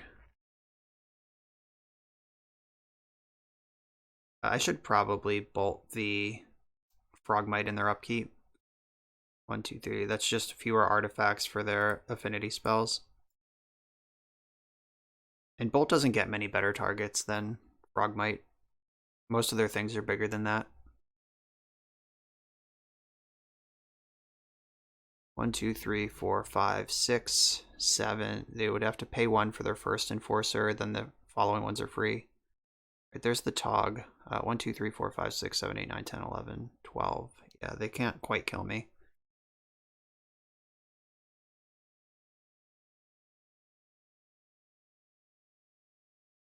I am not messing around with an ATOG. I'm going to kill it right now before they can fling it at me. Alright, and I have the mana up to Bonder's Ornament. That's pretty sweet. 2, 3, 4, 5, 6. That's 12, 13. Yeah, it wasn't quite lethal. I want to get ahead of that before it is lethal. Ooh, pass the turn. Their hand must be full of burn if they're just passing the turn. Burn or counterspells. They do play some number of counterspells, and they play a lot of burn.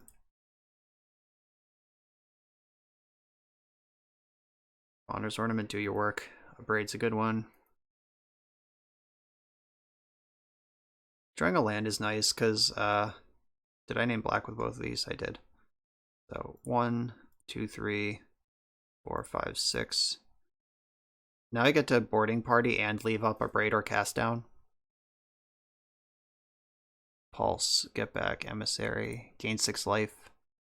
That helps against the burn plan.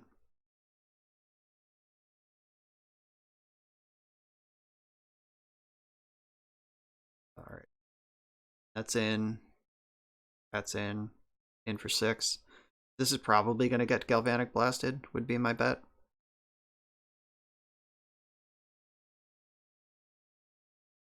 Or they just take 6. I'll take that too.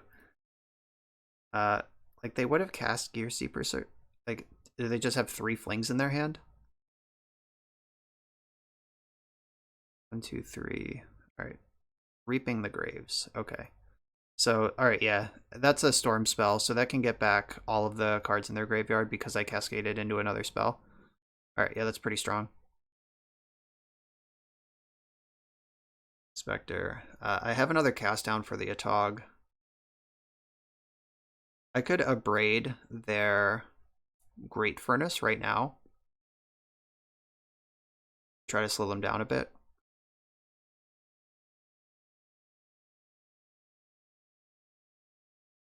I could also abrade the Prophetic Prism, which takes them off their black and white splash. I think I'd rather do this.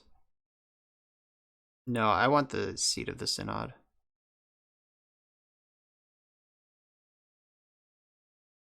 Yeah, because Seat is the one that activates Witching Well. It actually doesn't matter because they have Prophetic Prism, so just destroy a land, is what I'm saying.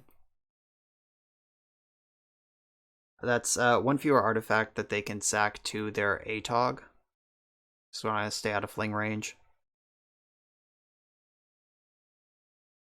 And I'm not going to cast my removal spell. I'm going to attack first and see how they block.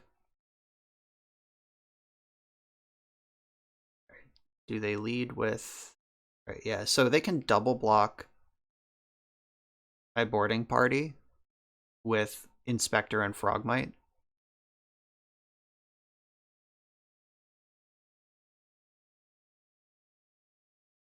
Yeah, that might have been an aggressive abrade, but whatever. It's what I did.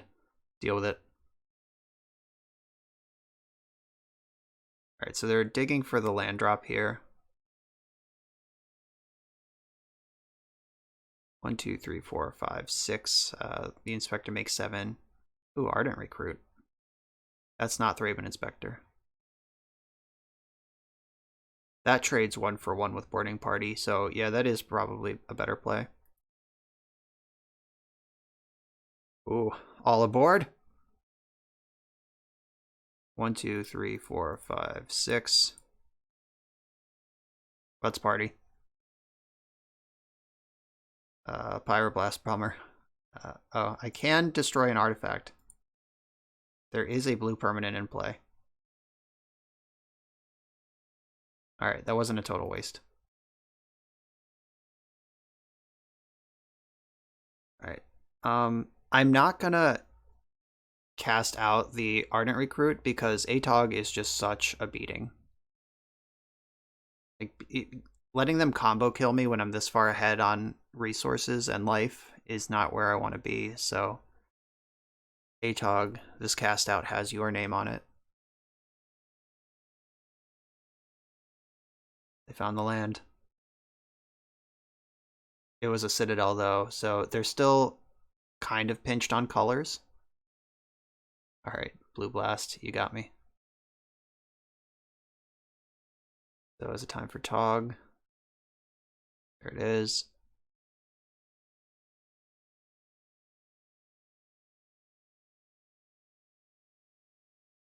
Just make that dead immediately. And then Visionary checks the Frogmite, draws a fresh card. I also have a Chainer's Edict in this in the graveyard still. 1, 2, 3, 4, 5, 6, 7, 8. I can Visionary and Bonder's Ornament and just spend a turn pulling ahead on cards.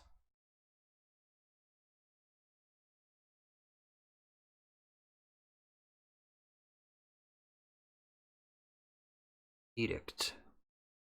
I think I'd rather draw cards than Edict.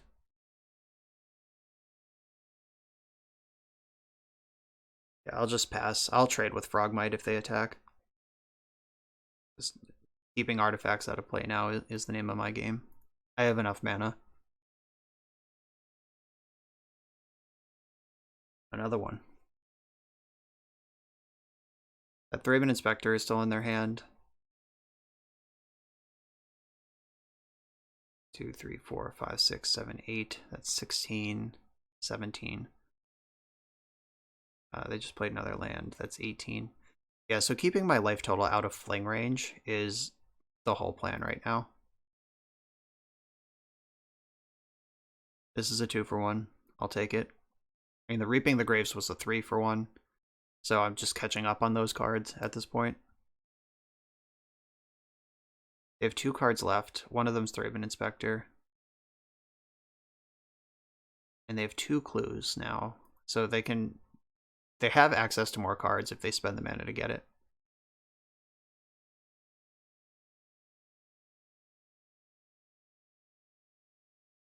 Ornament. Writhing Moor is not what I want. I was just going to say, how about a Pulse of Marasa? Ask and you shall receive. 1, 2, 3, 4, 5, 6. Yep, I can do it.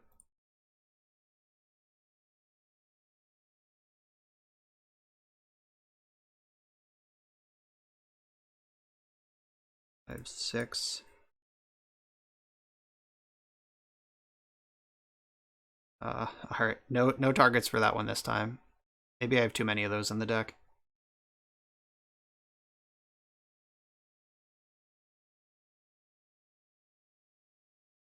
What are they spending mana on? Oh, is Blue Blast their other card? Alright, cool.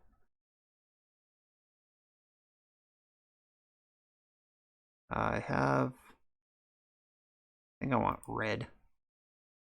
Okay. Well, we're both Hellbent. I have Bondor's Ornament, and they have 2 clues. I also have Chainer's Edict in my graveyard and in my hand. 1, 2, 3, 4, 5, 6, 7, 8, 9, 10. I can cast and flashback Edict to clear their board. It's probably something I want to do. I haven't had an Ash Barrens all game, so there's still an Ultrasaur on the bottom of my deck from when I mulliganed.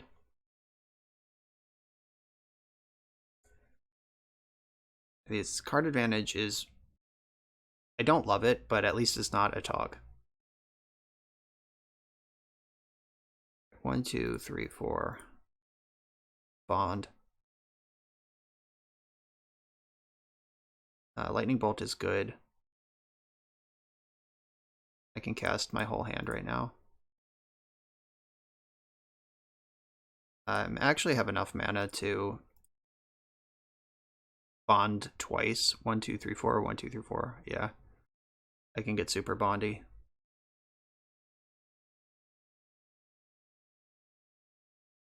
I think I should just kill Frogmite. Just reduce their artifact count.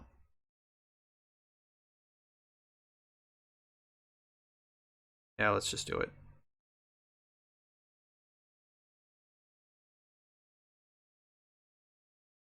Yeah, like I'm gonna bolt it in combat anyway. I just need to keep my life total high. Stay out of fling range. I'll eventually win. Like, Ardent Recruit is the type of card I'd rather bolt than Frogmite, but reasonable chance I was just going to use it anyway, so I did.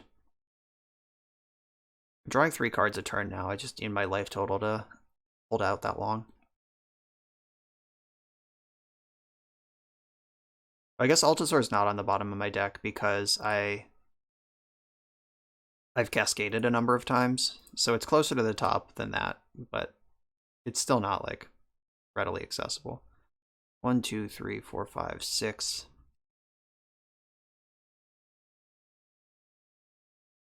One, two. Right, this makes black red. This makes green red. That's all the colors I need.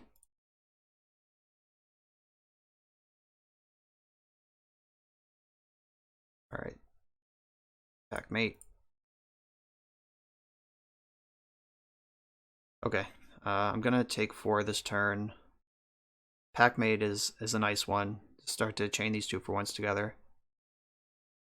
I'm gonna be at 20 life again.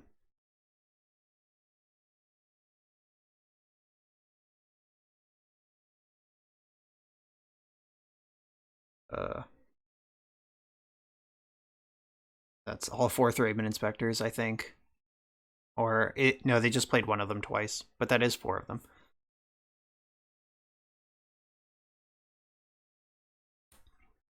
So, the bottom of my deck is mostly cards that cost... It's mostly lands. Like, lands are the only cards in my deck that cost less than my Cascade spells. So shuffling my deck would put a bunch of lands back towards the top. Probably not what I want to do.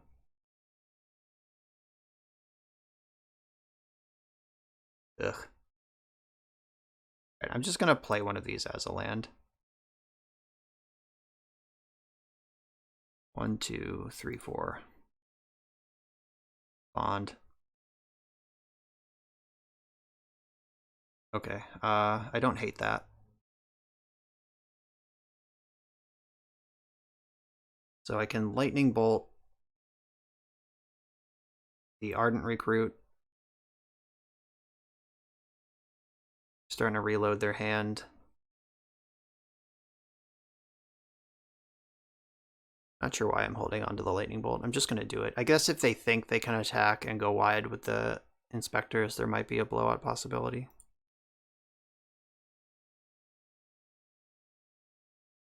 Now Galv Blast clears that, so they get their to attack for their 2. Counterspell me. Oh, are they just flinging this? Okay. They flung something that's not a Tog. Deal. You can have a 2-for-1. You just can't deal 20 to me in one shot, please. So I'll take my 2 and then I'll bond again in the end step. Are they playing around my haste creature?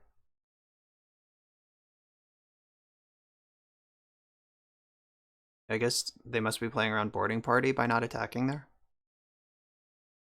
1 card left in their hand. Yeah, I guess when you're at 8, taking 6 that you don't have to take isn't the best. Alright, that's a relief. That's some protection from ATOG. I'm also just going to play this one as a land. Shuffling my deck, I just don't want to do right now. Alright, Thorn. 1, 2, 3, 4. Bond. Okay, cool. I can answer both of their creatures, and I get to draw a card from the Monarch.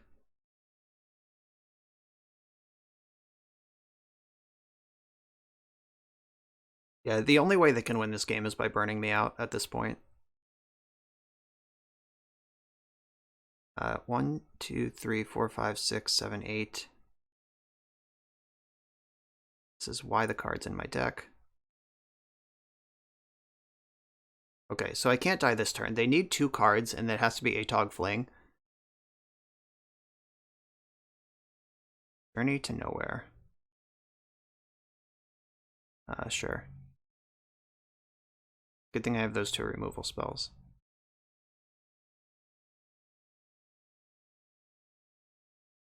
Cast down this. This does give up on casting out ATOGs, but now that they're Hellbent, I don't care.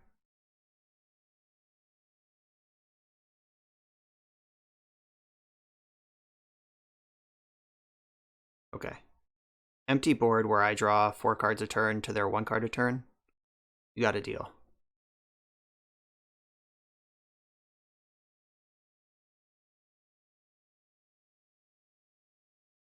It's a party. Right off the top, like a boss. Shenanigans, don't mind if I do. Yeah, you scoop to that. Pick it up.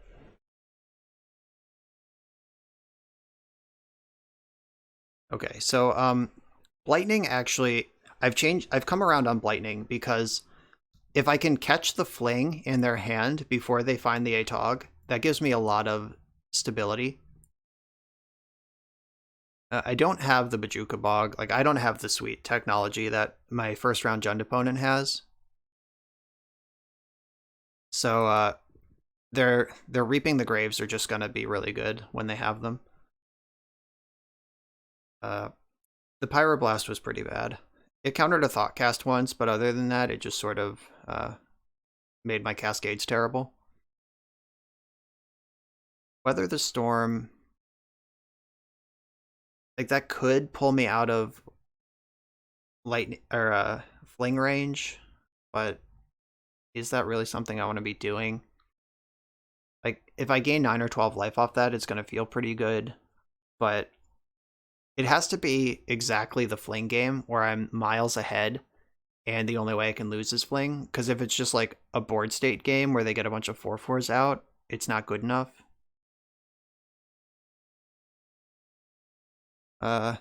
Is it better than Chainer's Edict? Well, like Chainer's Edict is what I would cut, but this is how I survived their 4/4 game, and this doesn't matter until the 4/4 game is already passed. So I think that I probably just don't play that card. Maybe I just give up on Pyroblast. Bring in a Weather the Storm. Yeah, Pyroblast. Yeah, you know what? We're back in Lightning Zone. I'm completely off of Pyroblast. I want all of my Cascades to hit. Those two boarding parties that were basically just 6/3s with no abilities. Well, I'll keep the hand with my 1-of Shenanigans in it. I think that's a safe play.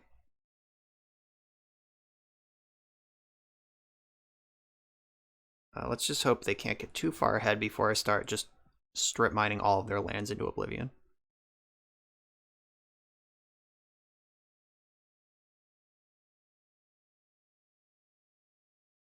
Okay, so Shenanigans, huh? Dredge 1. That's just like totally free. Okay. Do they have the Frogmite?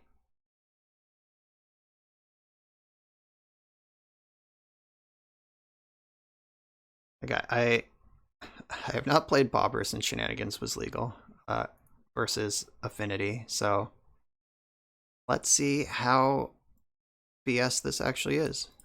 Do they just concede to this, or can they play through it? And this feels a lot like Mox Monkey, which is a card that's always been legal in Pauper, so maybe it's not as bad as it seems. I mean, it's terrible, but it's not like unheard of. Ardent Recruit. So I'm gonna dread Shenanigans, obviously. I think I want to destroy... Do I destroy Ancient Den or Prophetic Prism?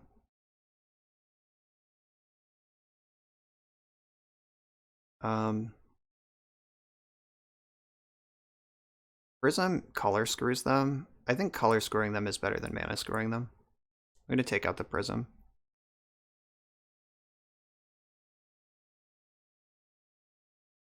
Like they're gonna have to spend a blue blast just to protect their colors, because they wouldn't have been able to cast that anyway. Messed up. Alright. So I'm gonna keep them under pressure from Shenanigans and just try not to be dead to their burn spells in the meantime.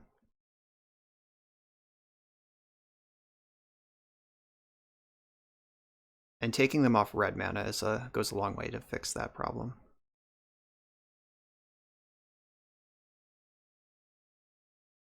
Alright, cool.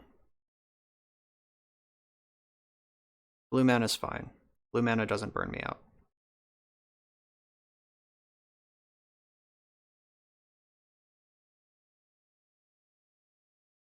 Prism. You have another blue blast? Nope. Alright, good. Foretell this. So I'm going to take 4 one more time. I'm at 10. And now I just need to shenanigans my way out of their burn spells.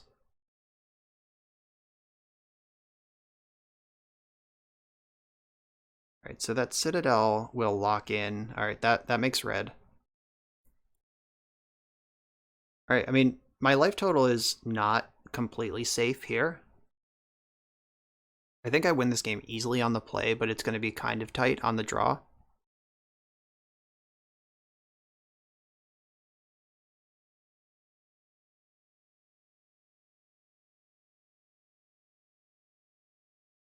But this 3/3 will go a long way towards fixing the board.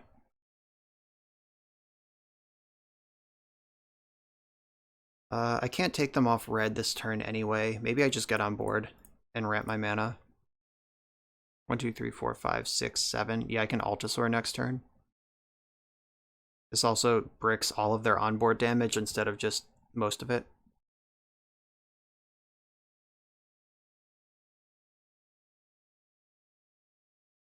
And if they Galv Blast my Packmate instead of my face, I think that's a good trade. Oh wow, they just don't have a red spell. Cool.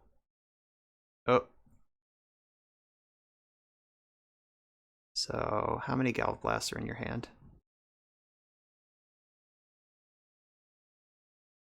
There's one. So I go to 7 here, destroy their red source. I mean, I'm blocking that.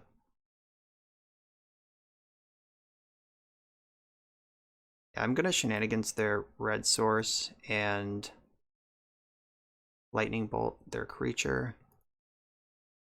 They're getting close though. Oh, not anymore. All right. Shenanigans.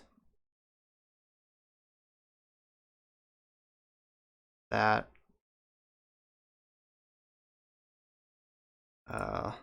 Lightning bolt that.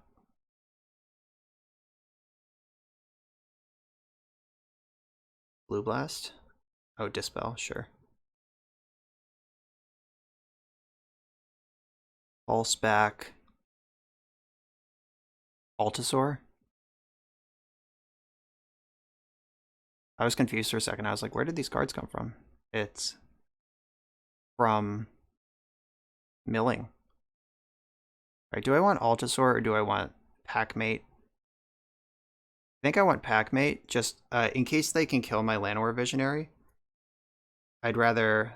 I can Packmate plus Shenanigans if I need a Shenanigan.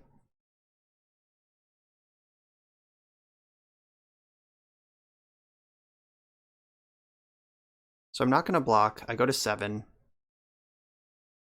Then I can Altasaur. Or I can just Shenanigan them and Packmate them. I think taking them off blue and putting a 3/3 into play is pretty strong. Oh no, that was basically the best draw. Alright, well, that's not a play I can make anymore. 1, 2, 3, 4. So I think I just need to play to the board then. Yeah, I'm just gonna draw. Okay, ooh, that's a relief. 1, 2, 3, 4. I cannot work the Bonder's Ornament in here if I want to block with Llanowar Visionary, and I might. I'm just taking draws here. Alright, so Edict. Alright, so I'm going to trade with one of these and chump the other. I don't want to go to 4. 4 is Galv Blast damage. So I can trade off here, lose my Emissary. I found the land, so I have the mana to Altasaur this turn. And they're Hellbent over there. Oh, you drew Thoughtcast from Hellbent, of course. Yep, not bad. Alright, Inspector, not the worst.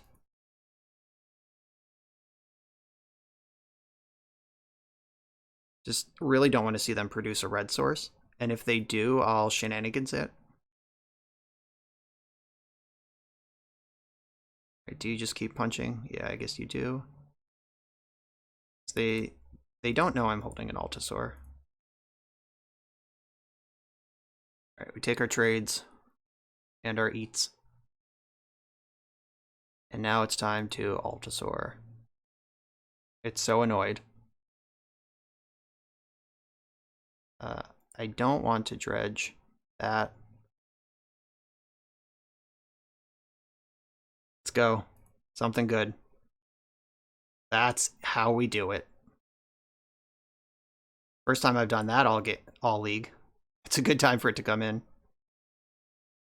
I do not want to pick up the shenanigans. I'm still looking for ways to gain life.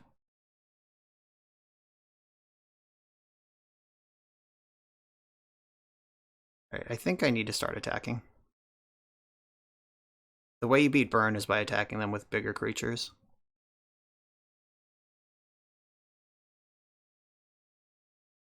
Alright. It's a tight one. So, their creatures are too small to fling me out. They would need double red. If their hand is like exactly Prophetic Prism into Red Source Atog Fling. Alright, so Thoughtcast does help them on that line. Red Source. They need 4 mana to Tog plus Fling me. Alright, blue mana is not Atog.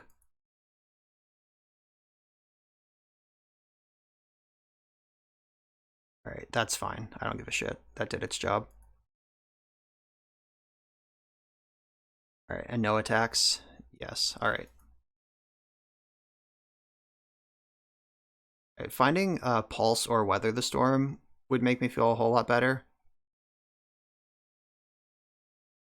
But I'm gonna shenanigans the blue source.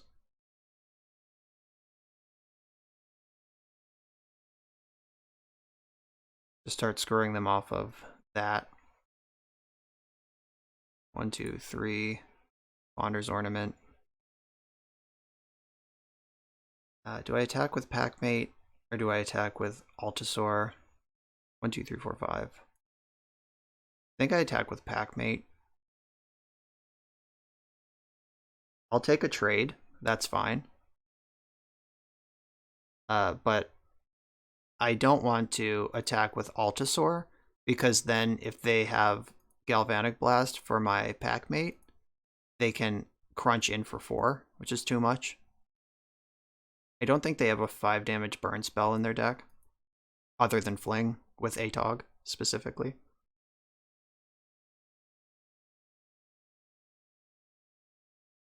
Alright, the Witching Well. Oh well, I witch you well. So I can Bonder's Ornament, Dredge Shenanigans in my end step. In my draw step, or in my upkeep, cast Shenanigans, and then Dredge Shenanigans for my draw step too.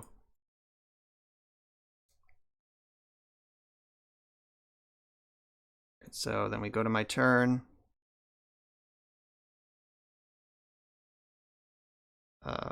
Oh, this is a sorcery. I thought this was an instant. Okay, never mind. I can't do that. There it is. So Forest, Shenanigan, the blue. Oh, they're conceding. Perfect. All right, 4-1 with Jund, only losing the mirror. That was a strong showing. This deck is messed up.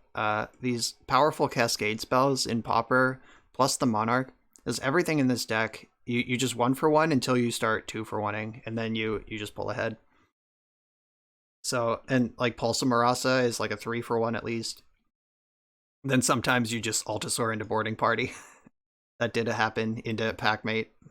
So let's do the math on that. So 1, 2, 3, 4. That's a 4-for-1. Plus all of the oh yeah, all the creatures in play. Yeah, that's good stuff. This deck is very powerful.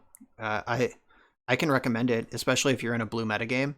That affinity matchup was a little scary. I imagine beating Burn would be tough. That's why these Weather the Storms are in the board.